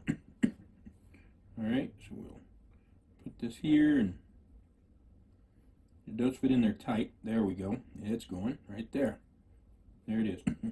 Okay, so you can see now I just had way too much solder on that, and it doesn't take but just a second. So you really got to pay attention when you're working on this. That could be a problem. No, it'll be fine. I got plenty of room to work with.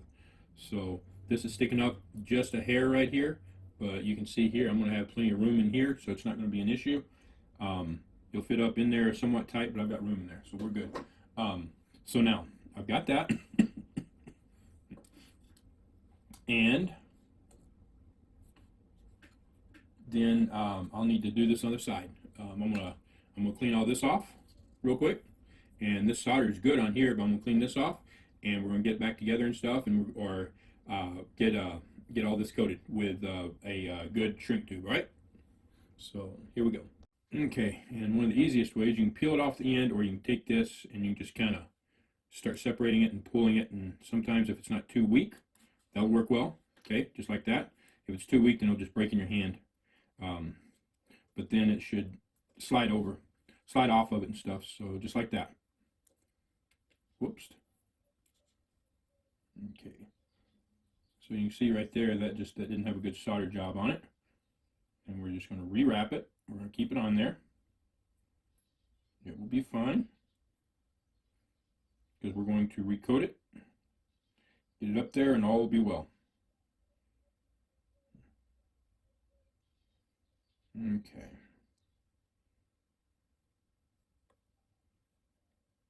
Oh, I'm out of the camera. I'm sorry. Just getting that all wrapped up there real good again. Okay, let's look here, make sure. Yeah. All right, so we're going to go ahead and start coating this with the shrink tube. Make sure that this is twisted up good, just like the other ones.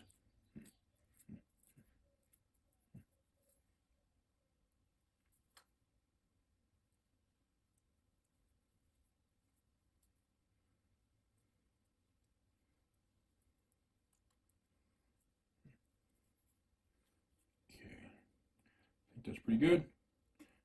Be careful with this end. Put this over it. Twist it as we go. The first one is normally the hardest. You can see I'm just kind of twisting it as I go. That helps to make sure that I don't catch any wires and pull them apart. Okay, and I'm not going to take this all the way up over that. I don't want to get it too wide for that, but I'm going to take it up to it, just like that. And I need to take the tip off my soldering iron now. I'm going to use some pliers, because this thing's probably still pretty warm. I'm going to use some pliers to take that off, and then I just need to sit it in a safe location so I don't burn anything up. Okay. All right. Make sure that I still got plenty. So we'll get this started again. Okay. Hold this up here like this. Whoop, I went too far. Further than I intended. There we go. Like that. Trying to keep this over here where y'all can see it. All right. Here we go.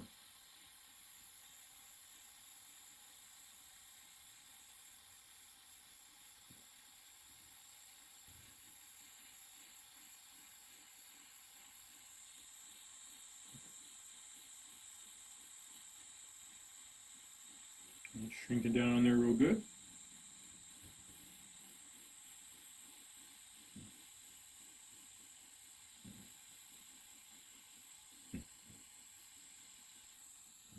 Turn this around so I don't burn myself.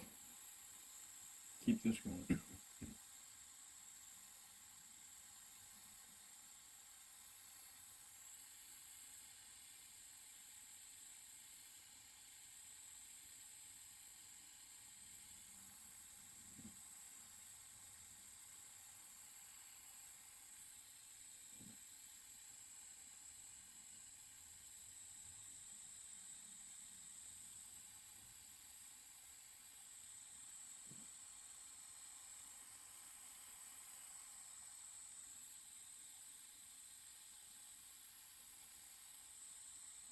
Okay, let's look at this. See how it looks.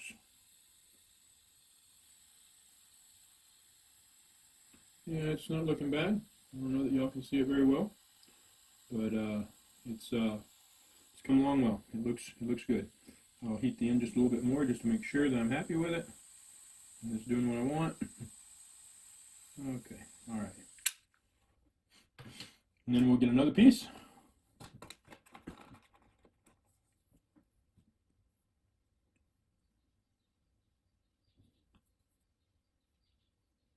Now this one I'm going to do a little bit different. Oh, I don't want that short one. Don't want that short piece. All right, I'm not going to overlap it. I'll tell you why here in just a second.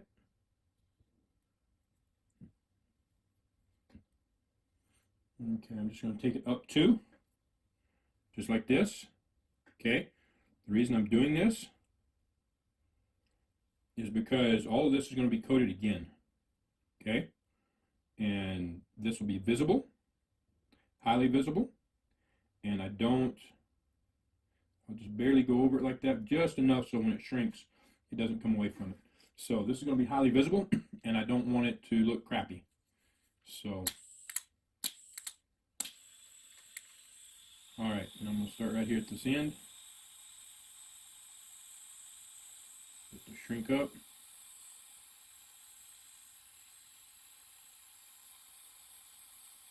Okay, sticking up just a hair, and I can clean that up.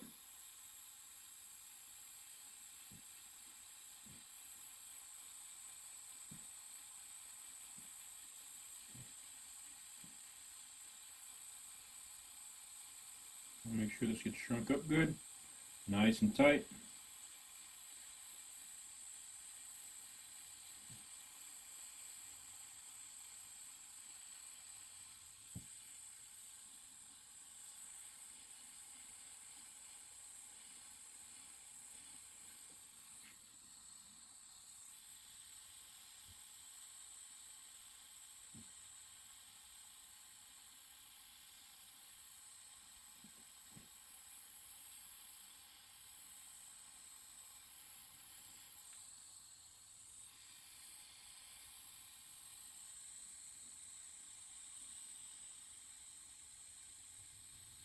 Okay,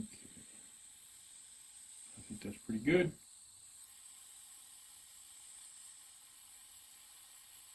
Ow! All right. This hole right, this hole right here, that's an exhaust. So that shoots exhaust out. That's it's quite hot. So y'all be careful with that. Okay, so that one's good. I kind of cleaned that up some. Looks pretty good. Now, we need to get this next one done, so I'm going to pull this back out of here, and it's nice and tight. I got it in there all right. Nice and tight. All right. Oh! Broke it. Damn it.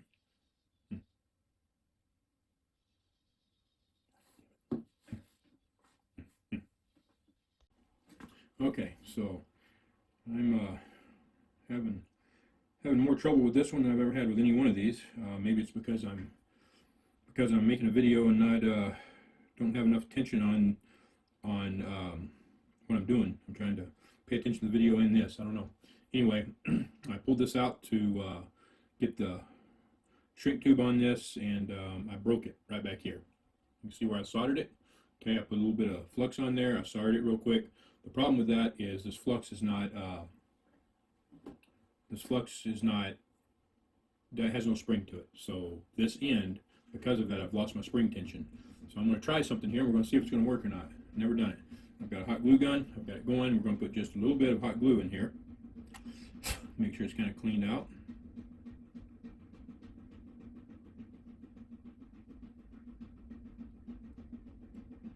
Maybe I'll get it. There we go. Okay. Now I made kind of a mess of that, but once it dries, I can get it cleaned up. And clean that up and stuff. Once it's dried, take a knife, cut it and stuff. Cut the glue out of there that I don't need, and we'll go from there. But that glue is soft, and so it'll have spring to it, and we'll see how this works. Okay, so I just cleaned the top of it off where I got some hot glue on there, and the rest of it was good, and it fits in there, and it has really great spring to it, and it does great. So the mother of invention is necessity, and sometimes you got to make stuff work because these parts are not available anymore. So if you get in there and do that, that really works. You can use a little bit of hot glue and create the spring type effect. I'll show it to you here in a bit, but we need to get this coated. So let's get some of this out here. I've got this twisted up, I think, good. So here we go.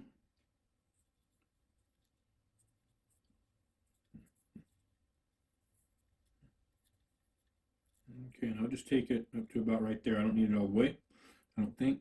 No, I don't. I just need it up to the edge there. I don't want to get, whoop, I'm out of the camera range again, I'm sorry. I don't need to get all the way up because I don't want to, I don't want to screw myself with this little space that's right here, right? I need that space right there, so that'll be good. Let's get the tip off this again. Use my pliers.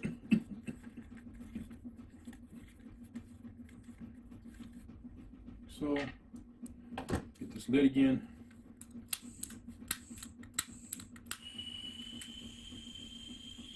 Make sure I got this where I want it. And here we go.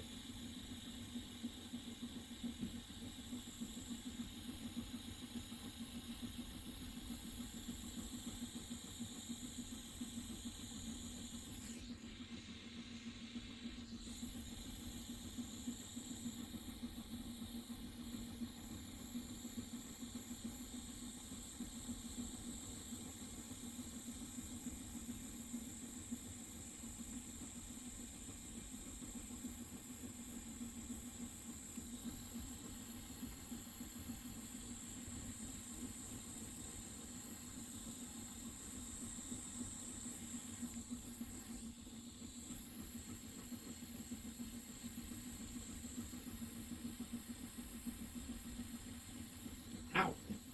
Getting hot.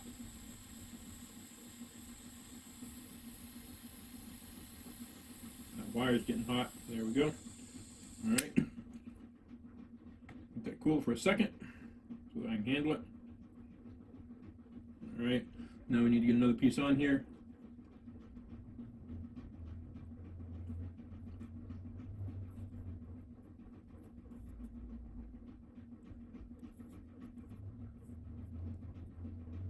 Okay. Spin it on there.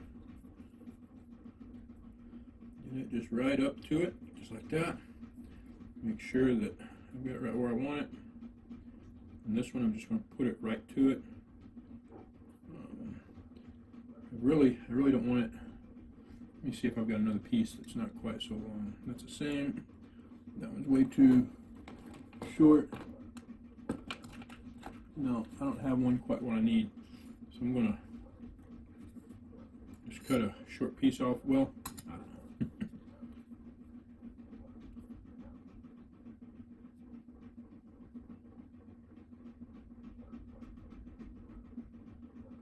And I'm going to cut a short piece off this because I want it a little bit longer. Okay, so let's try this again.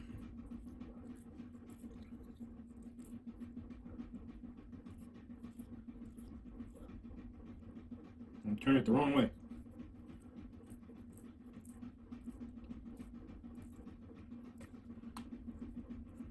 All right.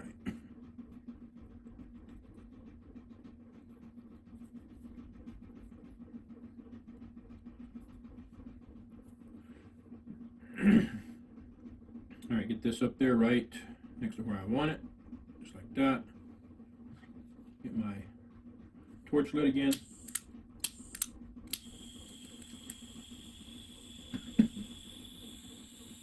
And here we go.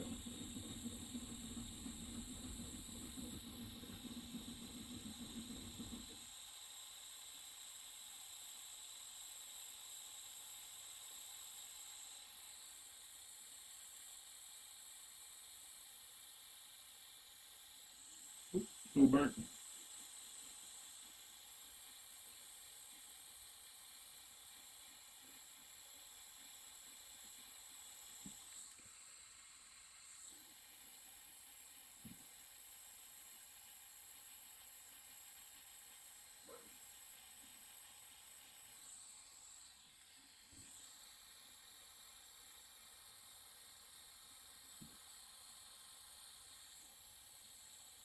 Keep getting out of the camera. Sorry about that, guys.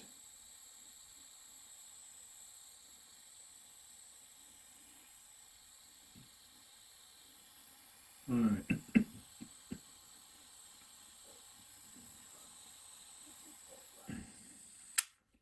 All right, so let's look at this. Pull it a little ways away. Let me see if I can get this to focus where I want it to. There we go. So I got it a little bit further away than I intended, and I burnt that a little bit. But you can see that the glue is there. Okay, so the glue has it sealed up and is got the you can't get to the metal there. That's all glue in there. This side's got more. That doesn't have as much, but it's got some. And it's going to have another coating over the top of it, right? So over the top of this, you'll have a coating that has both of these together. And so we'll be good. So this is perfect. This is perfect. Let's see if I can get these back in here the way they go. When you're putting this back in there, you got to make sure, which I didn't talk about earlier, that you get it in there correctly, because it only goes one way.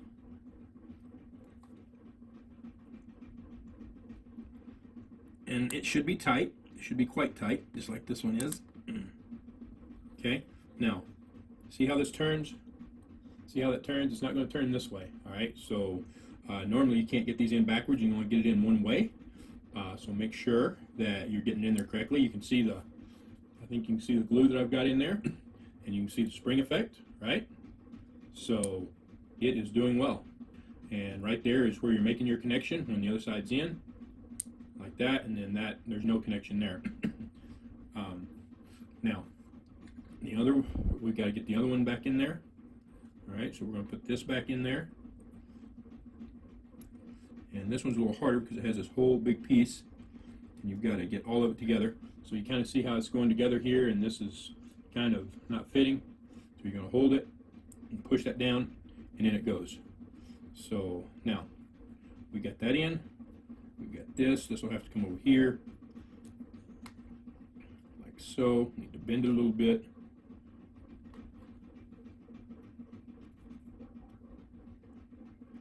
Like that, and there you go, just like that. That's how it goes.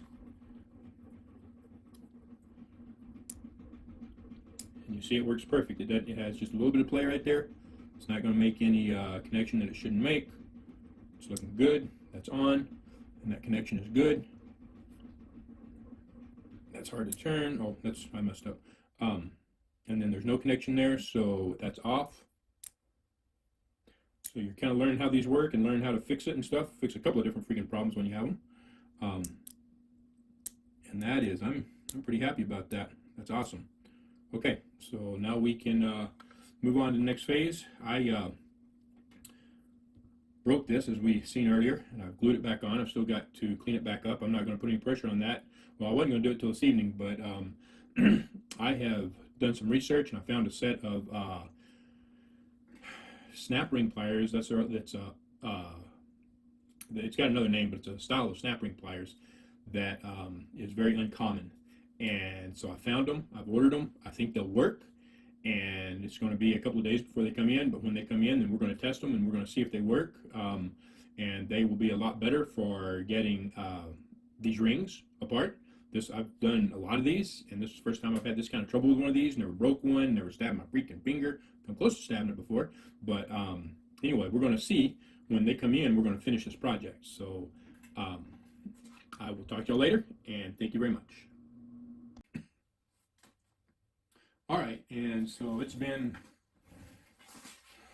about 3 or 4 weeks now, and I finally got the pliers in. I ordered them, and they were shipped, supposedly delivered, but never showed up. It was never here, and so I re-delivered them or reordered them, and they got here. But I've been really busy. So anyway, I'm finally getting back to this, and we're going to put this back together. Now, for those of you who have dealt with these rings, you know how hard they can be, and you've seen how I struggled to get this off, and then broke this and got it put back together, and I've got it cleaned up and ready to go back together. And here's these pliers right here. Okay, so they are Knipex circle ring pliers. They're not a real common type of retaining ring removing pliers, and I found 3 different types. One of them was Knipex, and this was way too thick. Right here, this end was way too thick for this clip. And then I found another pair that is made much cheaper than this, and I read the reviews on them, and I've seen a lot of reviews where both said that it either one of the ears either bent or completely broke. Knowing how much pressure it takes for this, I knew that wasn't going to work out whatsoever. Now, I do want to say that I have another light just like this, and so I have already tested these to see if they were going to work, and they do work. They work great. Here's what I found out in doing so. It is difficult to get this in there because it's so small. Now, when it's on the light already, it's a little bit easier. But this has, if I can get it zoomed in here, maybe you can try to get this to focus on my finger. There we go. For a minute.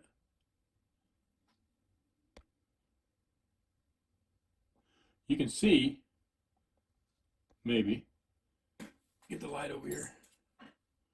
You can see the little indentation in here, right? That's made for those circle rings to fit in, and it works really good on the bigger ones. It doesn't work quite as well for these, so you have to be a little bit more careful with them. And as well, if you take these,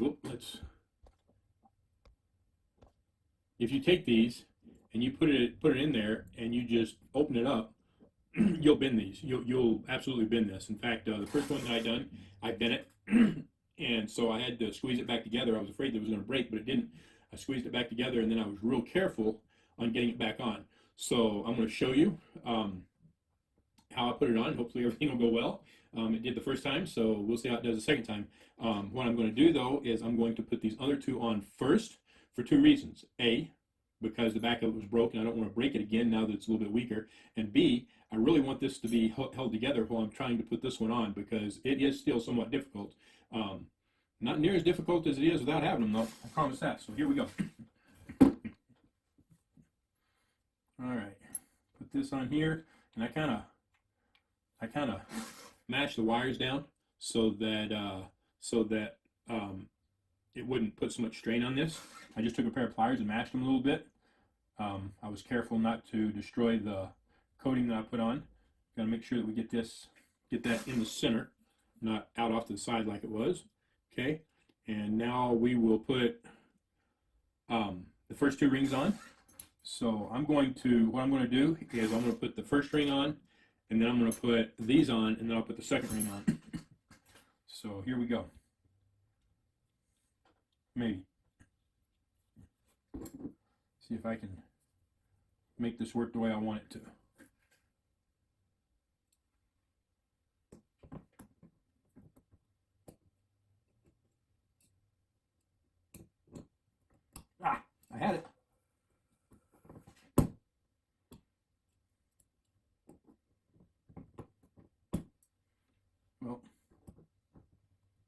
There we go. Just have to do that first and put this together. Then I'm going to open this up a little bit carefully.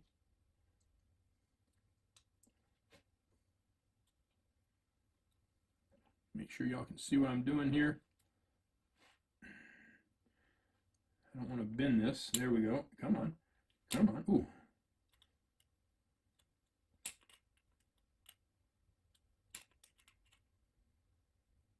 These are the easier ones. I've got that on there, so let's just, there we go, pop it into place. Now, let's see, I need to turn this, and I will turn it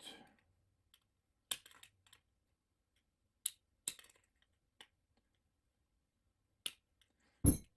That might not be the best way to turn it, or it might.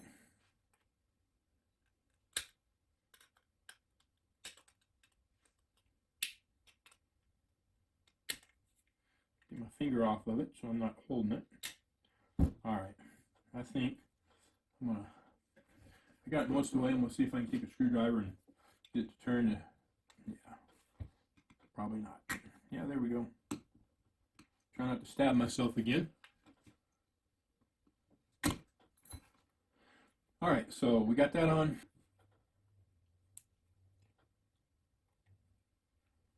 And I'll get this on here.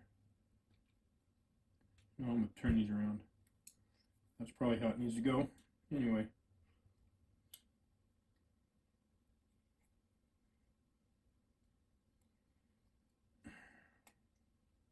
These things are small. Okay, there we go. Whoop. There we go. Now, get this turned.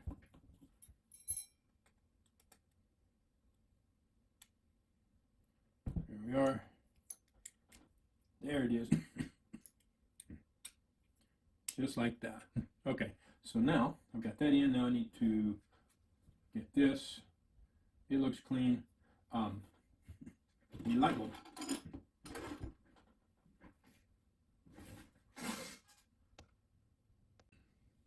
All right, so I got the light bulb.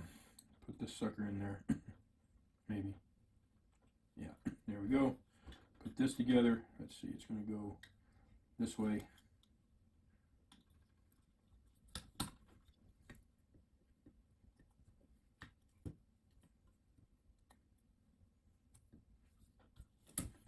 See if these pliers can help me with this.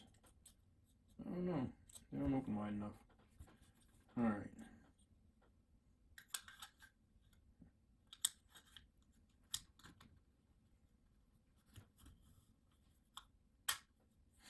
And there it is. Pop that on. There we are. Okay, so now, this right here. Turn this a little bit. This will be, take a little more delicacy, I think. A charge cord for my phone. Make sure these are closed all the way. Okay, I want to see if I can bend it just a little bit.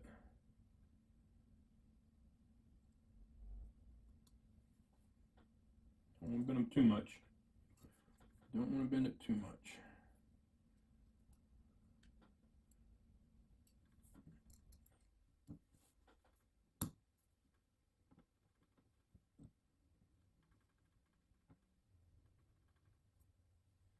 Okay.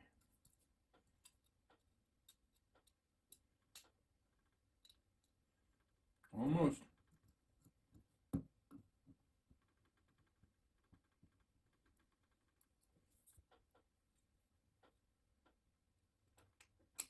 All right, so there we are. I got it. I've bent it open just a little bit. I got that on there. And we're gonna see if we can't get it on here.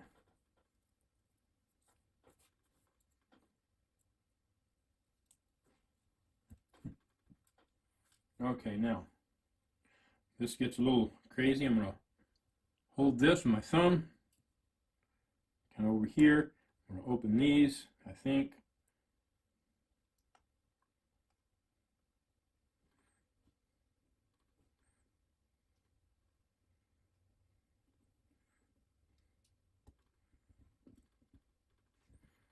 Yeah, hard, it's tough to get on there because it's so small. These pliers are so big and these rings are so small, it makes it tough. You can do it without breaking the light fixture though, and it makes it much easier to pull this whole thing apart. There we go, there we go, there it is. So I got it started and then popped. Okay, so you've got to open it just enough to get it started, and then get your thumbs on there and pop it over. Okay, and then that's it right there. It's done, it's good, it's ready to go. These things really do make it a lot easier, especially for taking it off. And now just put my motor back together and hook it back up electrically, get the light back on, and we'll see how it does. Okay, now we're going to put this motor back together, light back on. We're going to put a fixture right here, and not with this bolt, and get all this hooked back up. Okay, so here we go. First of all, we'll do the motor. We've already cleaned it up and everything. Just got to get it put back together. A little bit of lubricant on the shaft. Let me move this out a little bit.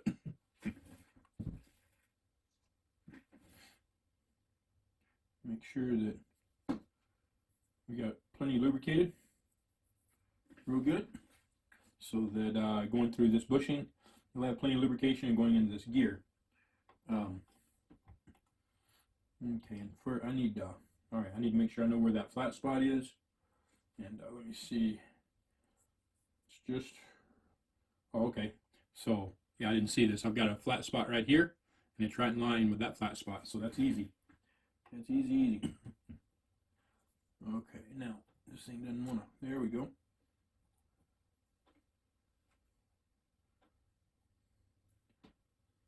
All right.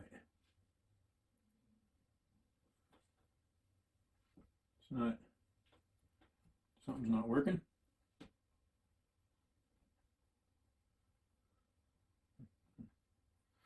Something is not working. That flat spot's not showing up. So let's see what's going on. Oh.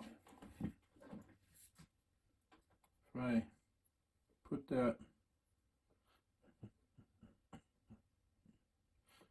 I think it's not going like it could. Well, shouldn't be. Could be. Put that down. Oh, yeah, I got some wires and stuff in the way, looks like. So we'll get all those wires and such out of the way, like that.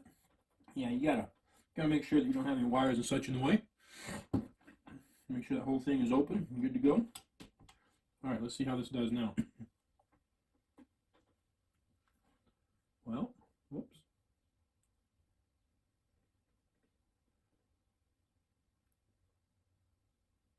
It's still not showing up.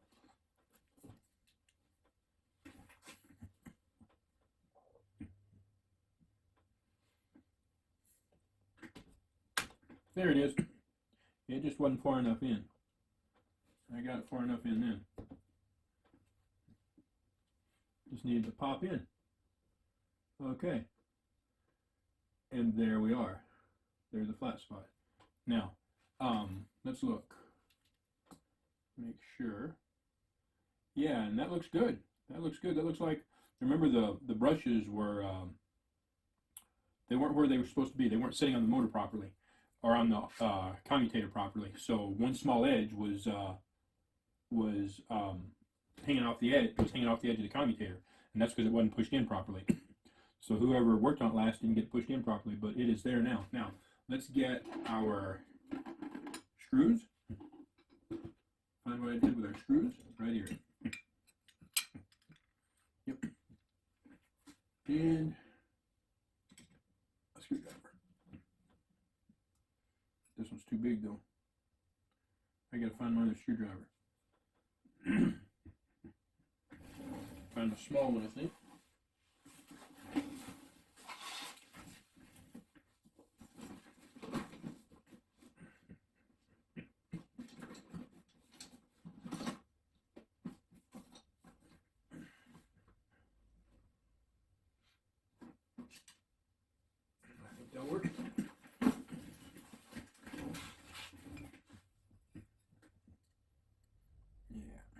I get started anyway. So get this on there. Oops, turn that to the right, just in the right place. Hopefully you can see that. Yeah, there you go. So I'm gonna put it right there, and I've got the flat spot lined up with that. And here we go. You gotta make sure you get the armature in there far enough for that flat spot to line up in there, or you're gonna have problems. It won't go back together right, it won't run right, you'll have all kinds of issues. This thing, there we go. And then you want to make sure that you don't get this thing cross-threaded and you're screwing it in, or you'll definitely have some bad problems. And this screwdriver is still too big. I'm gonna have to get something else.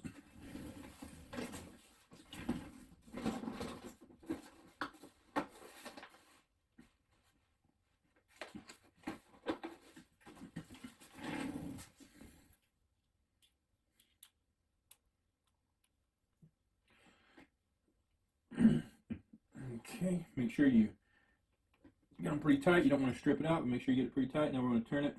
We'll find the other one. And we'll get it going in.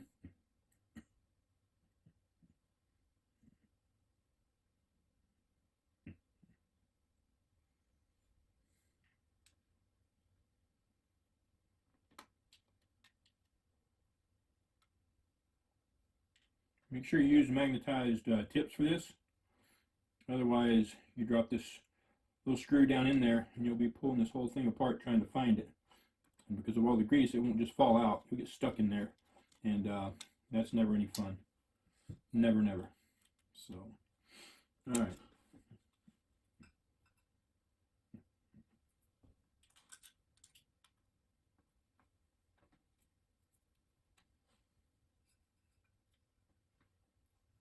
Make sure it's tight.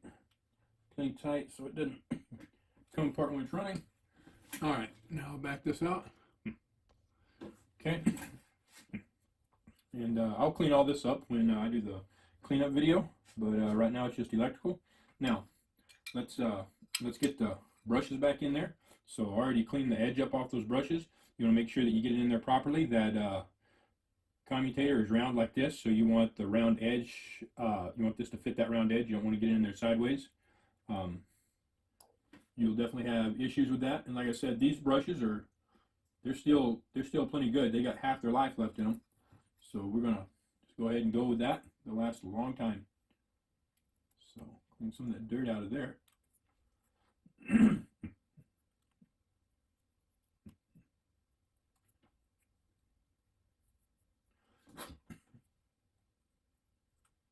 Okay.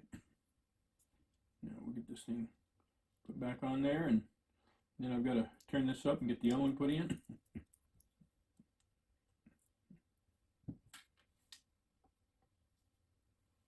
Here we are. Don't over tighten those. That one sounds good. All right, get all my stuff out of the way.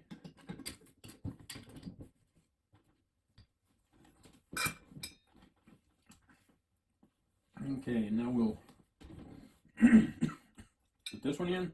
Same thing. Make sure that you get it in there correctly. Again, the shaft is round like this, so you want it to fit that shaft. So make sure the convex contour or whatever goes around like that, not back and forth like this.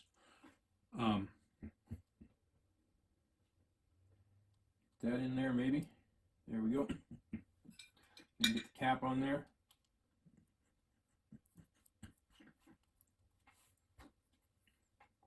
Tighten this up, not too tight, but make sure it's tight. Okay, if you over tighten that, you'll bust it.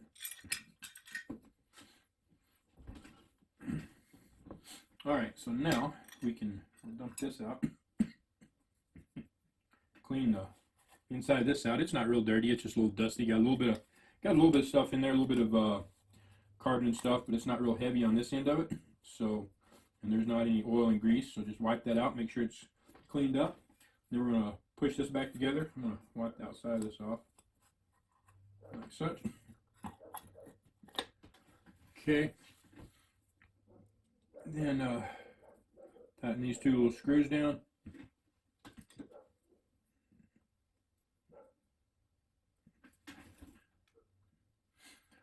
All right, now, because when this came in, it didn't have the plug here. It had just been wired up, and that was it. For whatever reason, I don't know why they did that. I don't know if they had something break and just kind of rigged it so that it would work or what. I have no idea. So anyway, we're going to fix that. We're going to get everything back. Now, here's the deal with that. Okay, these are older machines, as you know, and some of these parts are special parts. So like this. This is the holder, the housing that holds this, right? And it's like that because this has to be held away. You can't do that, right? You gotta have something to hold this. So you've got to have the little housing to hold the electrical, and then you have to have a very special bolt, okay? Which I'll show you in just a second. And you can't, as far as I know, you can't buy these new anymore. I've never found them new anywhere, but there are websites out there that you can buy them from. There's a few independent websites you can buy them from. I've never bought them off of an independent website, but I've seen them. I buy them off eBay. I know some people are leery about buying off eBay. Here's the deal. Years and years and years ago, decades ago, whatever, when eBay first started, there was tons of problems with this because of the lack of scam type protection. Over the years, one way that they fought that was with PayPal. And PayPal done quite a bit to help that. And so far as the buyer goes, they still do a fair amount. Personally, I normally buy just straight with my credit card from from eBay, because eBay has their own policies now, and basically their own insurance that they provide for every single purchase. I have on 2 different purchases been taken advantage of and scammed. So I simply filed a claim. PayPal required that I contact the seller and try to work it out with the seller. And if I didn't get any cooperation within 3 days, then or not PayPal, excuse me, I'm sorry, eBay. I filed a claim with eBay, and eBay required that I contact the seller and try to work it out with the seller, which is understandable. So in both cases, I filed the claim and I contacted the seller. I tried to work it out with the seller, and basically it was just they wouldn't respond. They wouldn't do anything. I never heard from them. They took their money and ran. So I got eBay involved. I don't know whatever came of it between the seller and eBay, but I got my money back. Within 24 hours, eBay found in my favor and credited my account and gave my money back. And both times it was over $50. So eBay is a very reputable place to buy, and I highly suggest that you that buying parts, these old parts for these machines, if they've got them, don't hesitate. It's more secure than most of the private parties.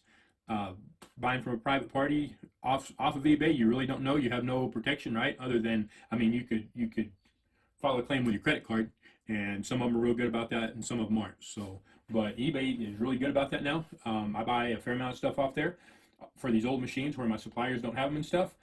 So yeah, I would highly recommend that. Anyway, getting on. So I got this. This right here is that really special screw. And what's so special about it is it's made to screw into this hole, right? To hold this in. And then it's made for this screw to screw into it. Something like this. Well, if I can get it to go in. Anyway, I will in a minute. It screws inside it and holds this on. So we're going to get to it. Wrong one. Put a little oil in this.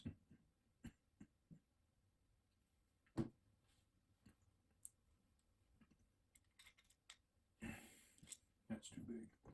Get this one. Nope. Now I gotta get it back in the hole. There we go.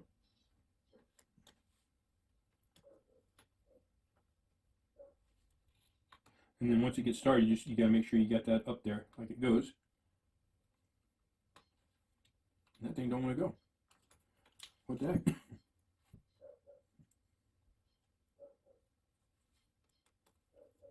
Yeah, it goes fine. There's something wrong with this. Yeah, it's just wasn't fitting up there right, I think.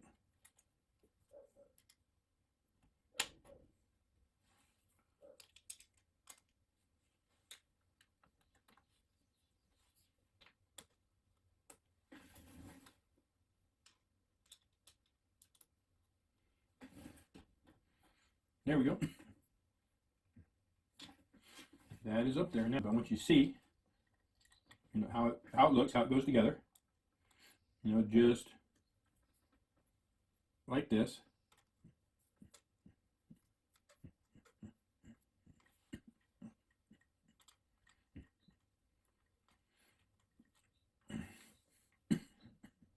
Just like that.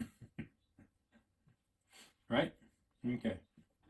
So there it is, right there. Now, take this back apart.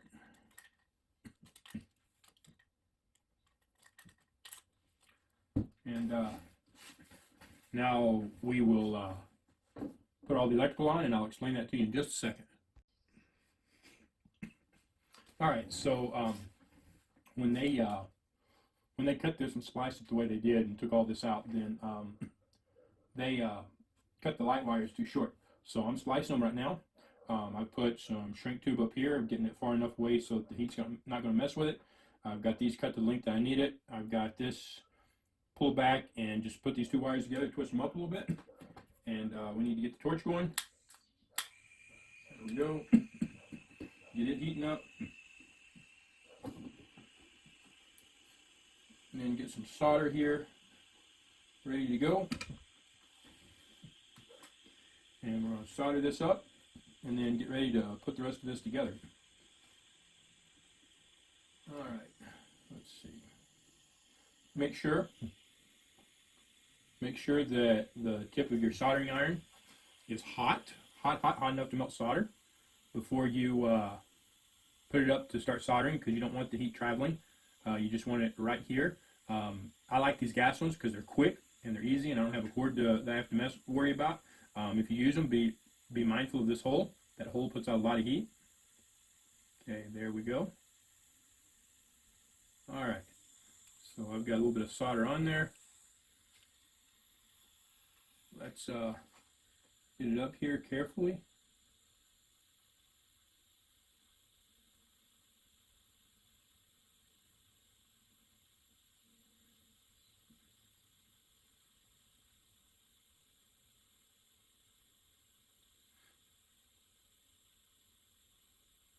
There we go. It's got enough heat that's going through. And I'm just going to smooth it out. Whoops, that was not what I wanted.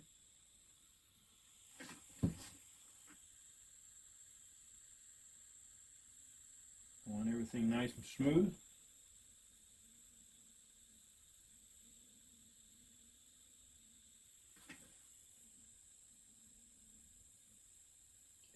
Okay, there we go. That'll work. All right, turn that off for a second. Let that cool down for just a second before I really go to mess with this too much. While it's cooling down, I'm going to flatten it out some.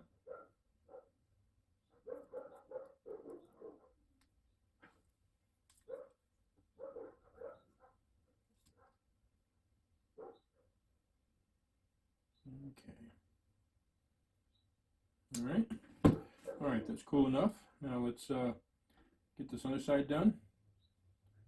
Just kind of separate the wires a little bit, so we can get two sets of wires into each other, like so. And then twist them up some. Kind of twist them together a little bit so they'll hold themselves while I'm trying to solder it.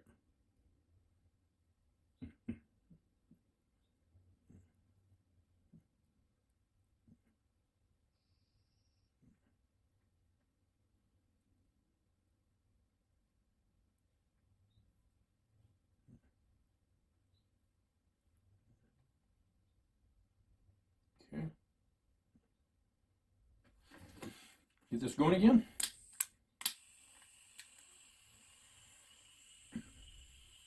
They're heating up again. There we go. Make sure it's nice and hot. Yeah, and it didn't cool completely down, so come from this other way, like this.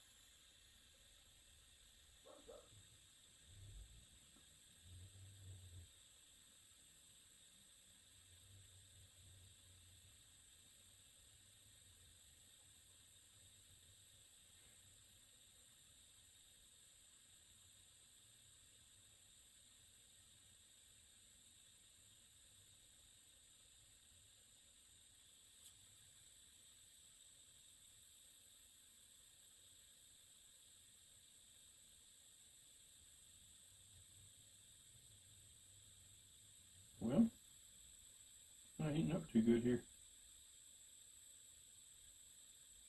There we go. It's going in now. Just took a little longer. Alright, so we got enough in there. Let's get everything kind of flattened down, or whatever we got to do to make it work.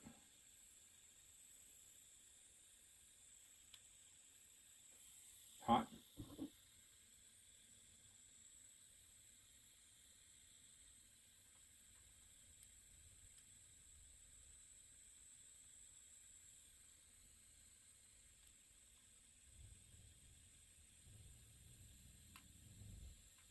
There we go.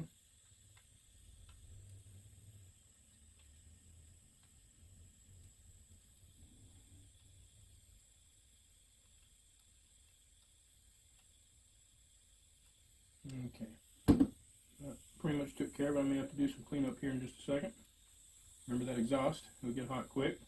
It'll also burn stuff. Okay. Alright, I'm going to call that good.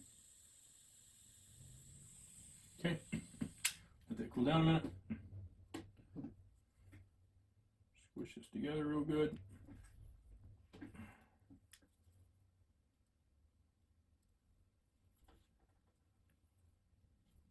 That, clean this little bit up, just a couple of wires that are hanging off so that they don't become an issue, just like that. I didn't get that exactly the way I wanted it, but we'll deal with it, I guess. There we go. I got it smashed. Okay, so now we'll take the shrink tube and pull it up over it, like so. And this one, like so. When you do this, you gotta make sure that you get that far enough away and you don't get too much heat on that shrink tube, or you'll shrink it back where it's at. Okay, if the heat travels the wire, it'll shrink with the heat coming out. So this time, instead of using that torch, that small soldering iron type torch, I'm going to use this to shrink it. So gotta make sure that I don't burn the machine, because it puts out a good bit more heat. I'm going to take it to the smallest flame possible. You can see how much quicker that shrinks up, because it's a lot more heat. Woo!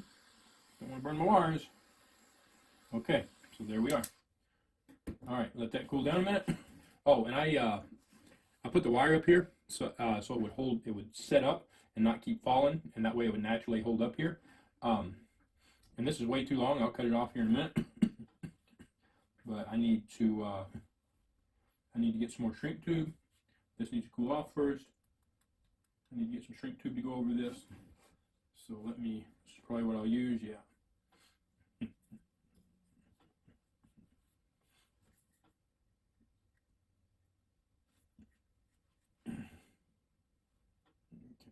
Cool a little bit more. Just want to make dang sure that it's cool enough before I slide over it. Yeah, I think we're good. Okay. Alright, so I'll get this piece all the way up. I'm going to put a little bit of pressure on it to push it and hold it up. I'm going to shrink that right to where it's at. Just like this, and then I'll come up it. So.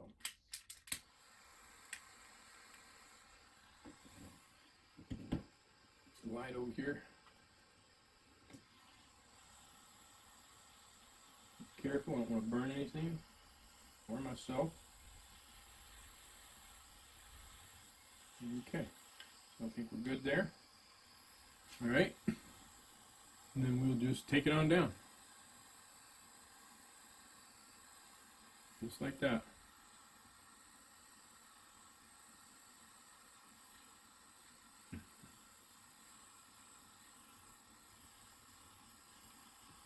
Okay. Alright, then we'll put another piece on here in just a second. Okay, so I got the light finished, got it extended out, put the shrink tube on it and stuff, and I got these lead wires cut to about 1.5 inches. 1.25 inches, 1.5 inches should be good. We're going to make a circle and then solder it so you've got the ring. Okay, so we will do that real quick. I'm just going to use some sort of small driver, and coil your wires, or not coil, but twist your wires up real good together, and then just wrap the wire around that. If I can make it work, go around that, and then back around itself. Then the wire goes back around itself, just like that. Okay, and then we'll double check it, make sure. Okay, that looks pretty good. It's a little bit longer out than what I really want it, so I'll take it in a little bit, make it a little shorter, like that.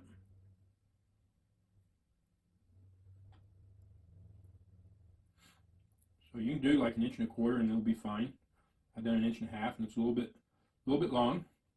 As well, you can just use connectors and put it on the end of it, but you need to use really small connectors, and then normally you'll have to either you've got to get bare connectors or cut the insulation off of them. All right, so yeah, there you go. That right there will work just fine. That's up and protected. So.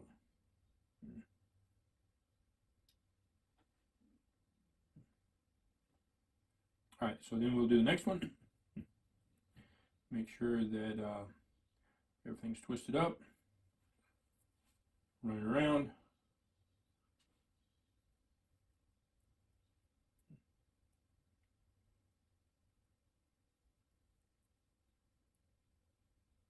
Yeah, it's too short, too long.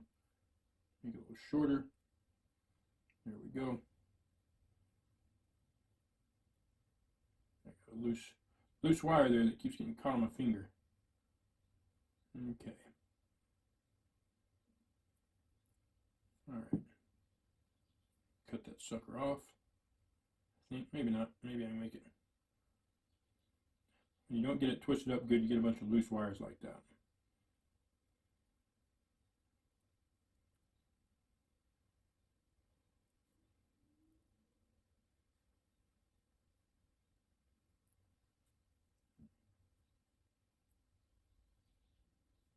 Okay.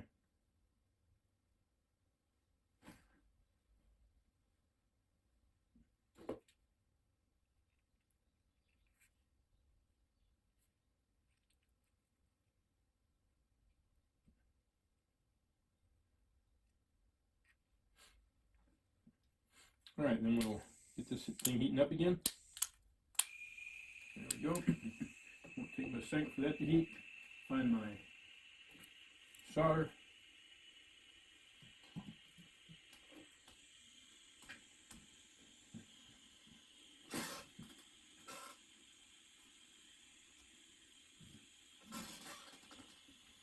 Okay. Let's see. Make sure it's plenty hot. It's starting to melt it. There it's going. All right, so it's melting it now. I'm just going to take this. I'm going to shove it right inside here, just like that. Okay. And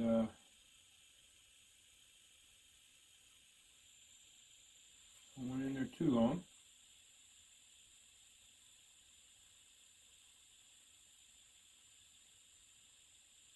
I want to get it to. All right, so there's that one. So I got the solder up on the little knot that I made to make sure that it didn't come out, and right around the whole kit and caboodle there. All right, and I'll do the same thing with this one. So let me make sure that I got this up there good. Probably getting too hot already. Okay, there we go. Yeah, look at it, it's going right in. All right, so got that. Make sure that solder, got plenty of solder on it. That's not going where I want it to. Let it run to the bottom. Okay, whoop. There we go. I'm going to do this one just a little bit more, make sure that I got enough on the bottom.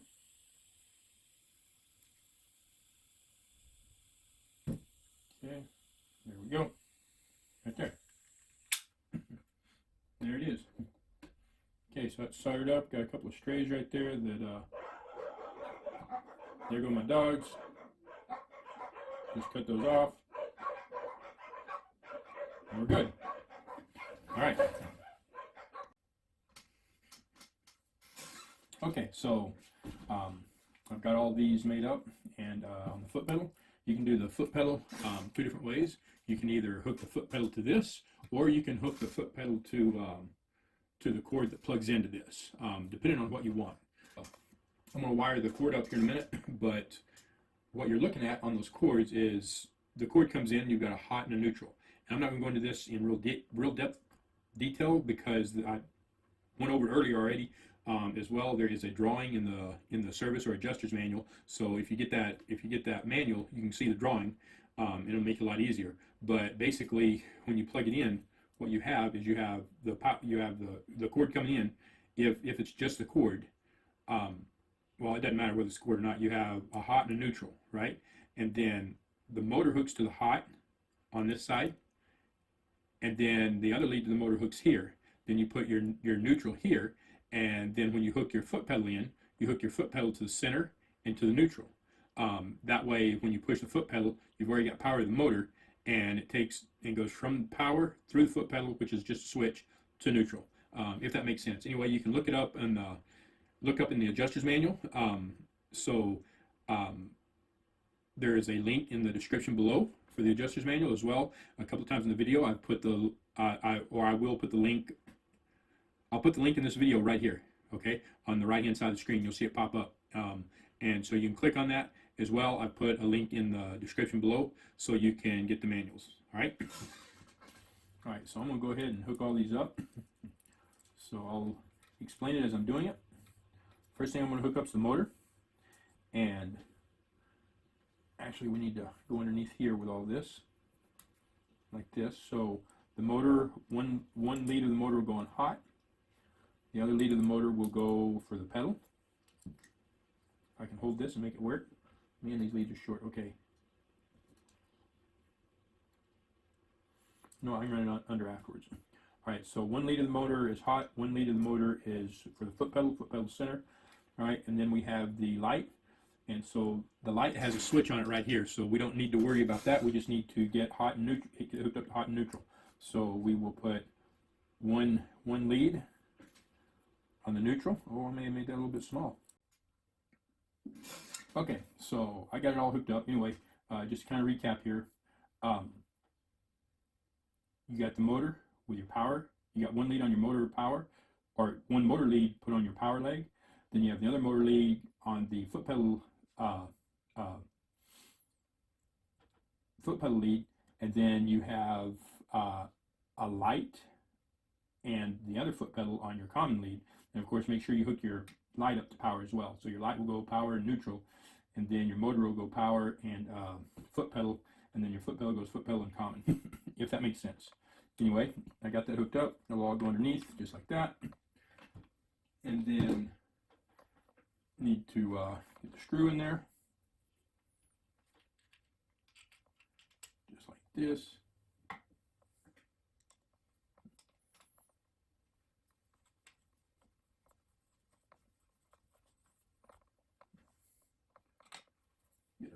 That's in there, but I want to tighten it up a little bit. The screwdriver's not quite so big because I don't want to break that Bakelite plastic.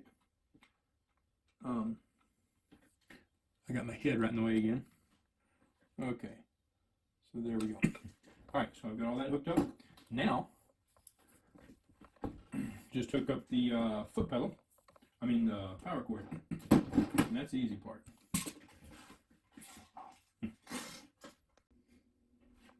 All right, so once you get this wired back up, and then if you need to wire this and get this wired up, and like I said, you put hot on one side, neutral on the other. Truth be told, you know, hot goes on number one, neutral goes on number 3, but with these old machines, honestly, it really doesn't matter. Then you plug it in, and let's see if it works. There it is. It's actually something a little low. That noise is coming from hitting the bottom.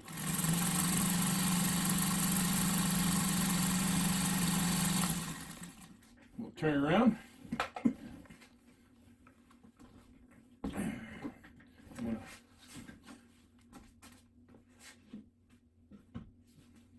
put some blocks under it so that it's not hitting.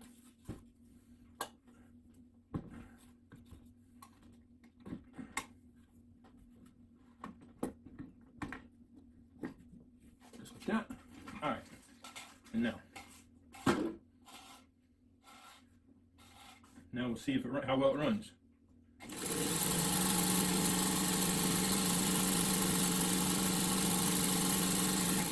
Right there, that's it. Running great, and I haven't even serviced this yet.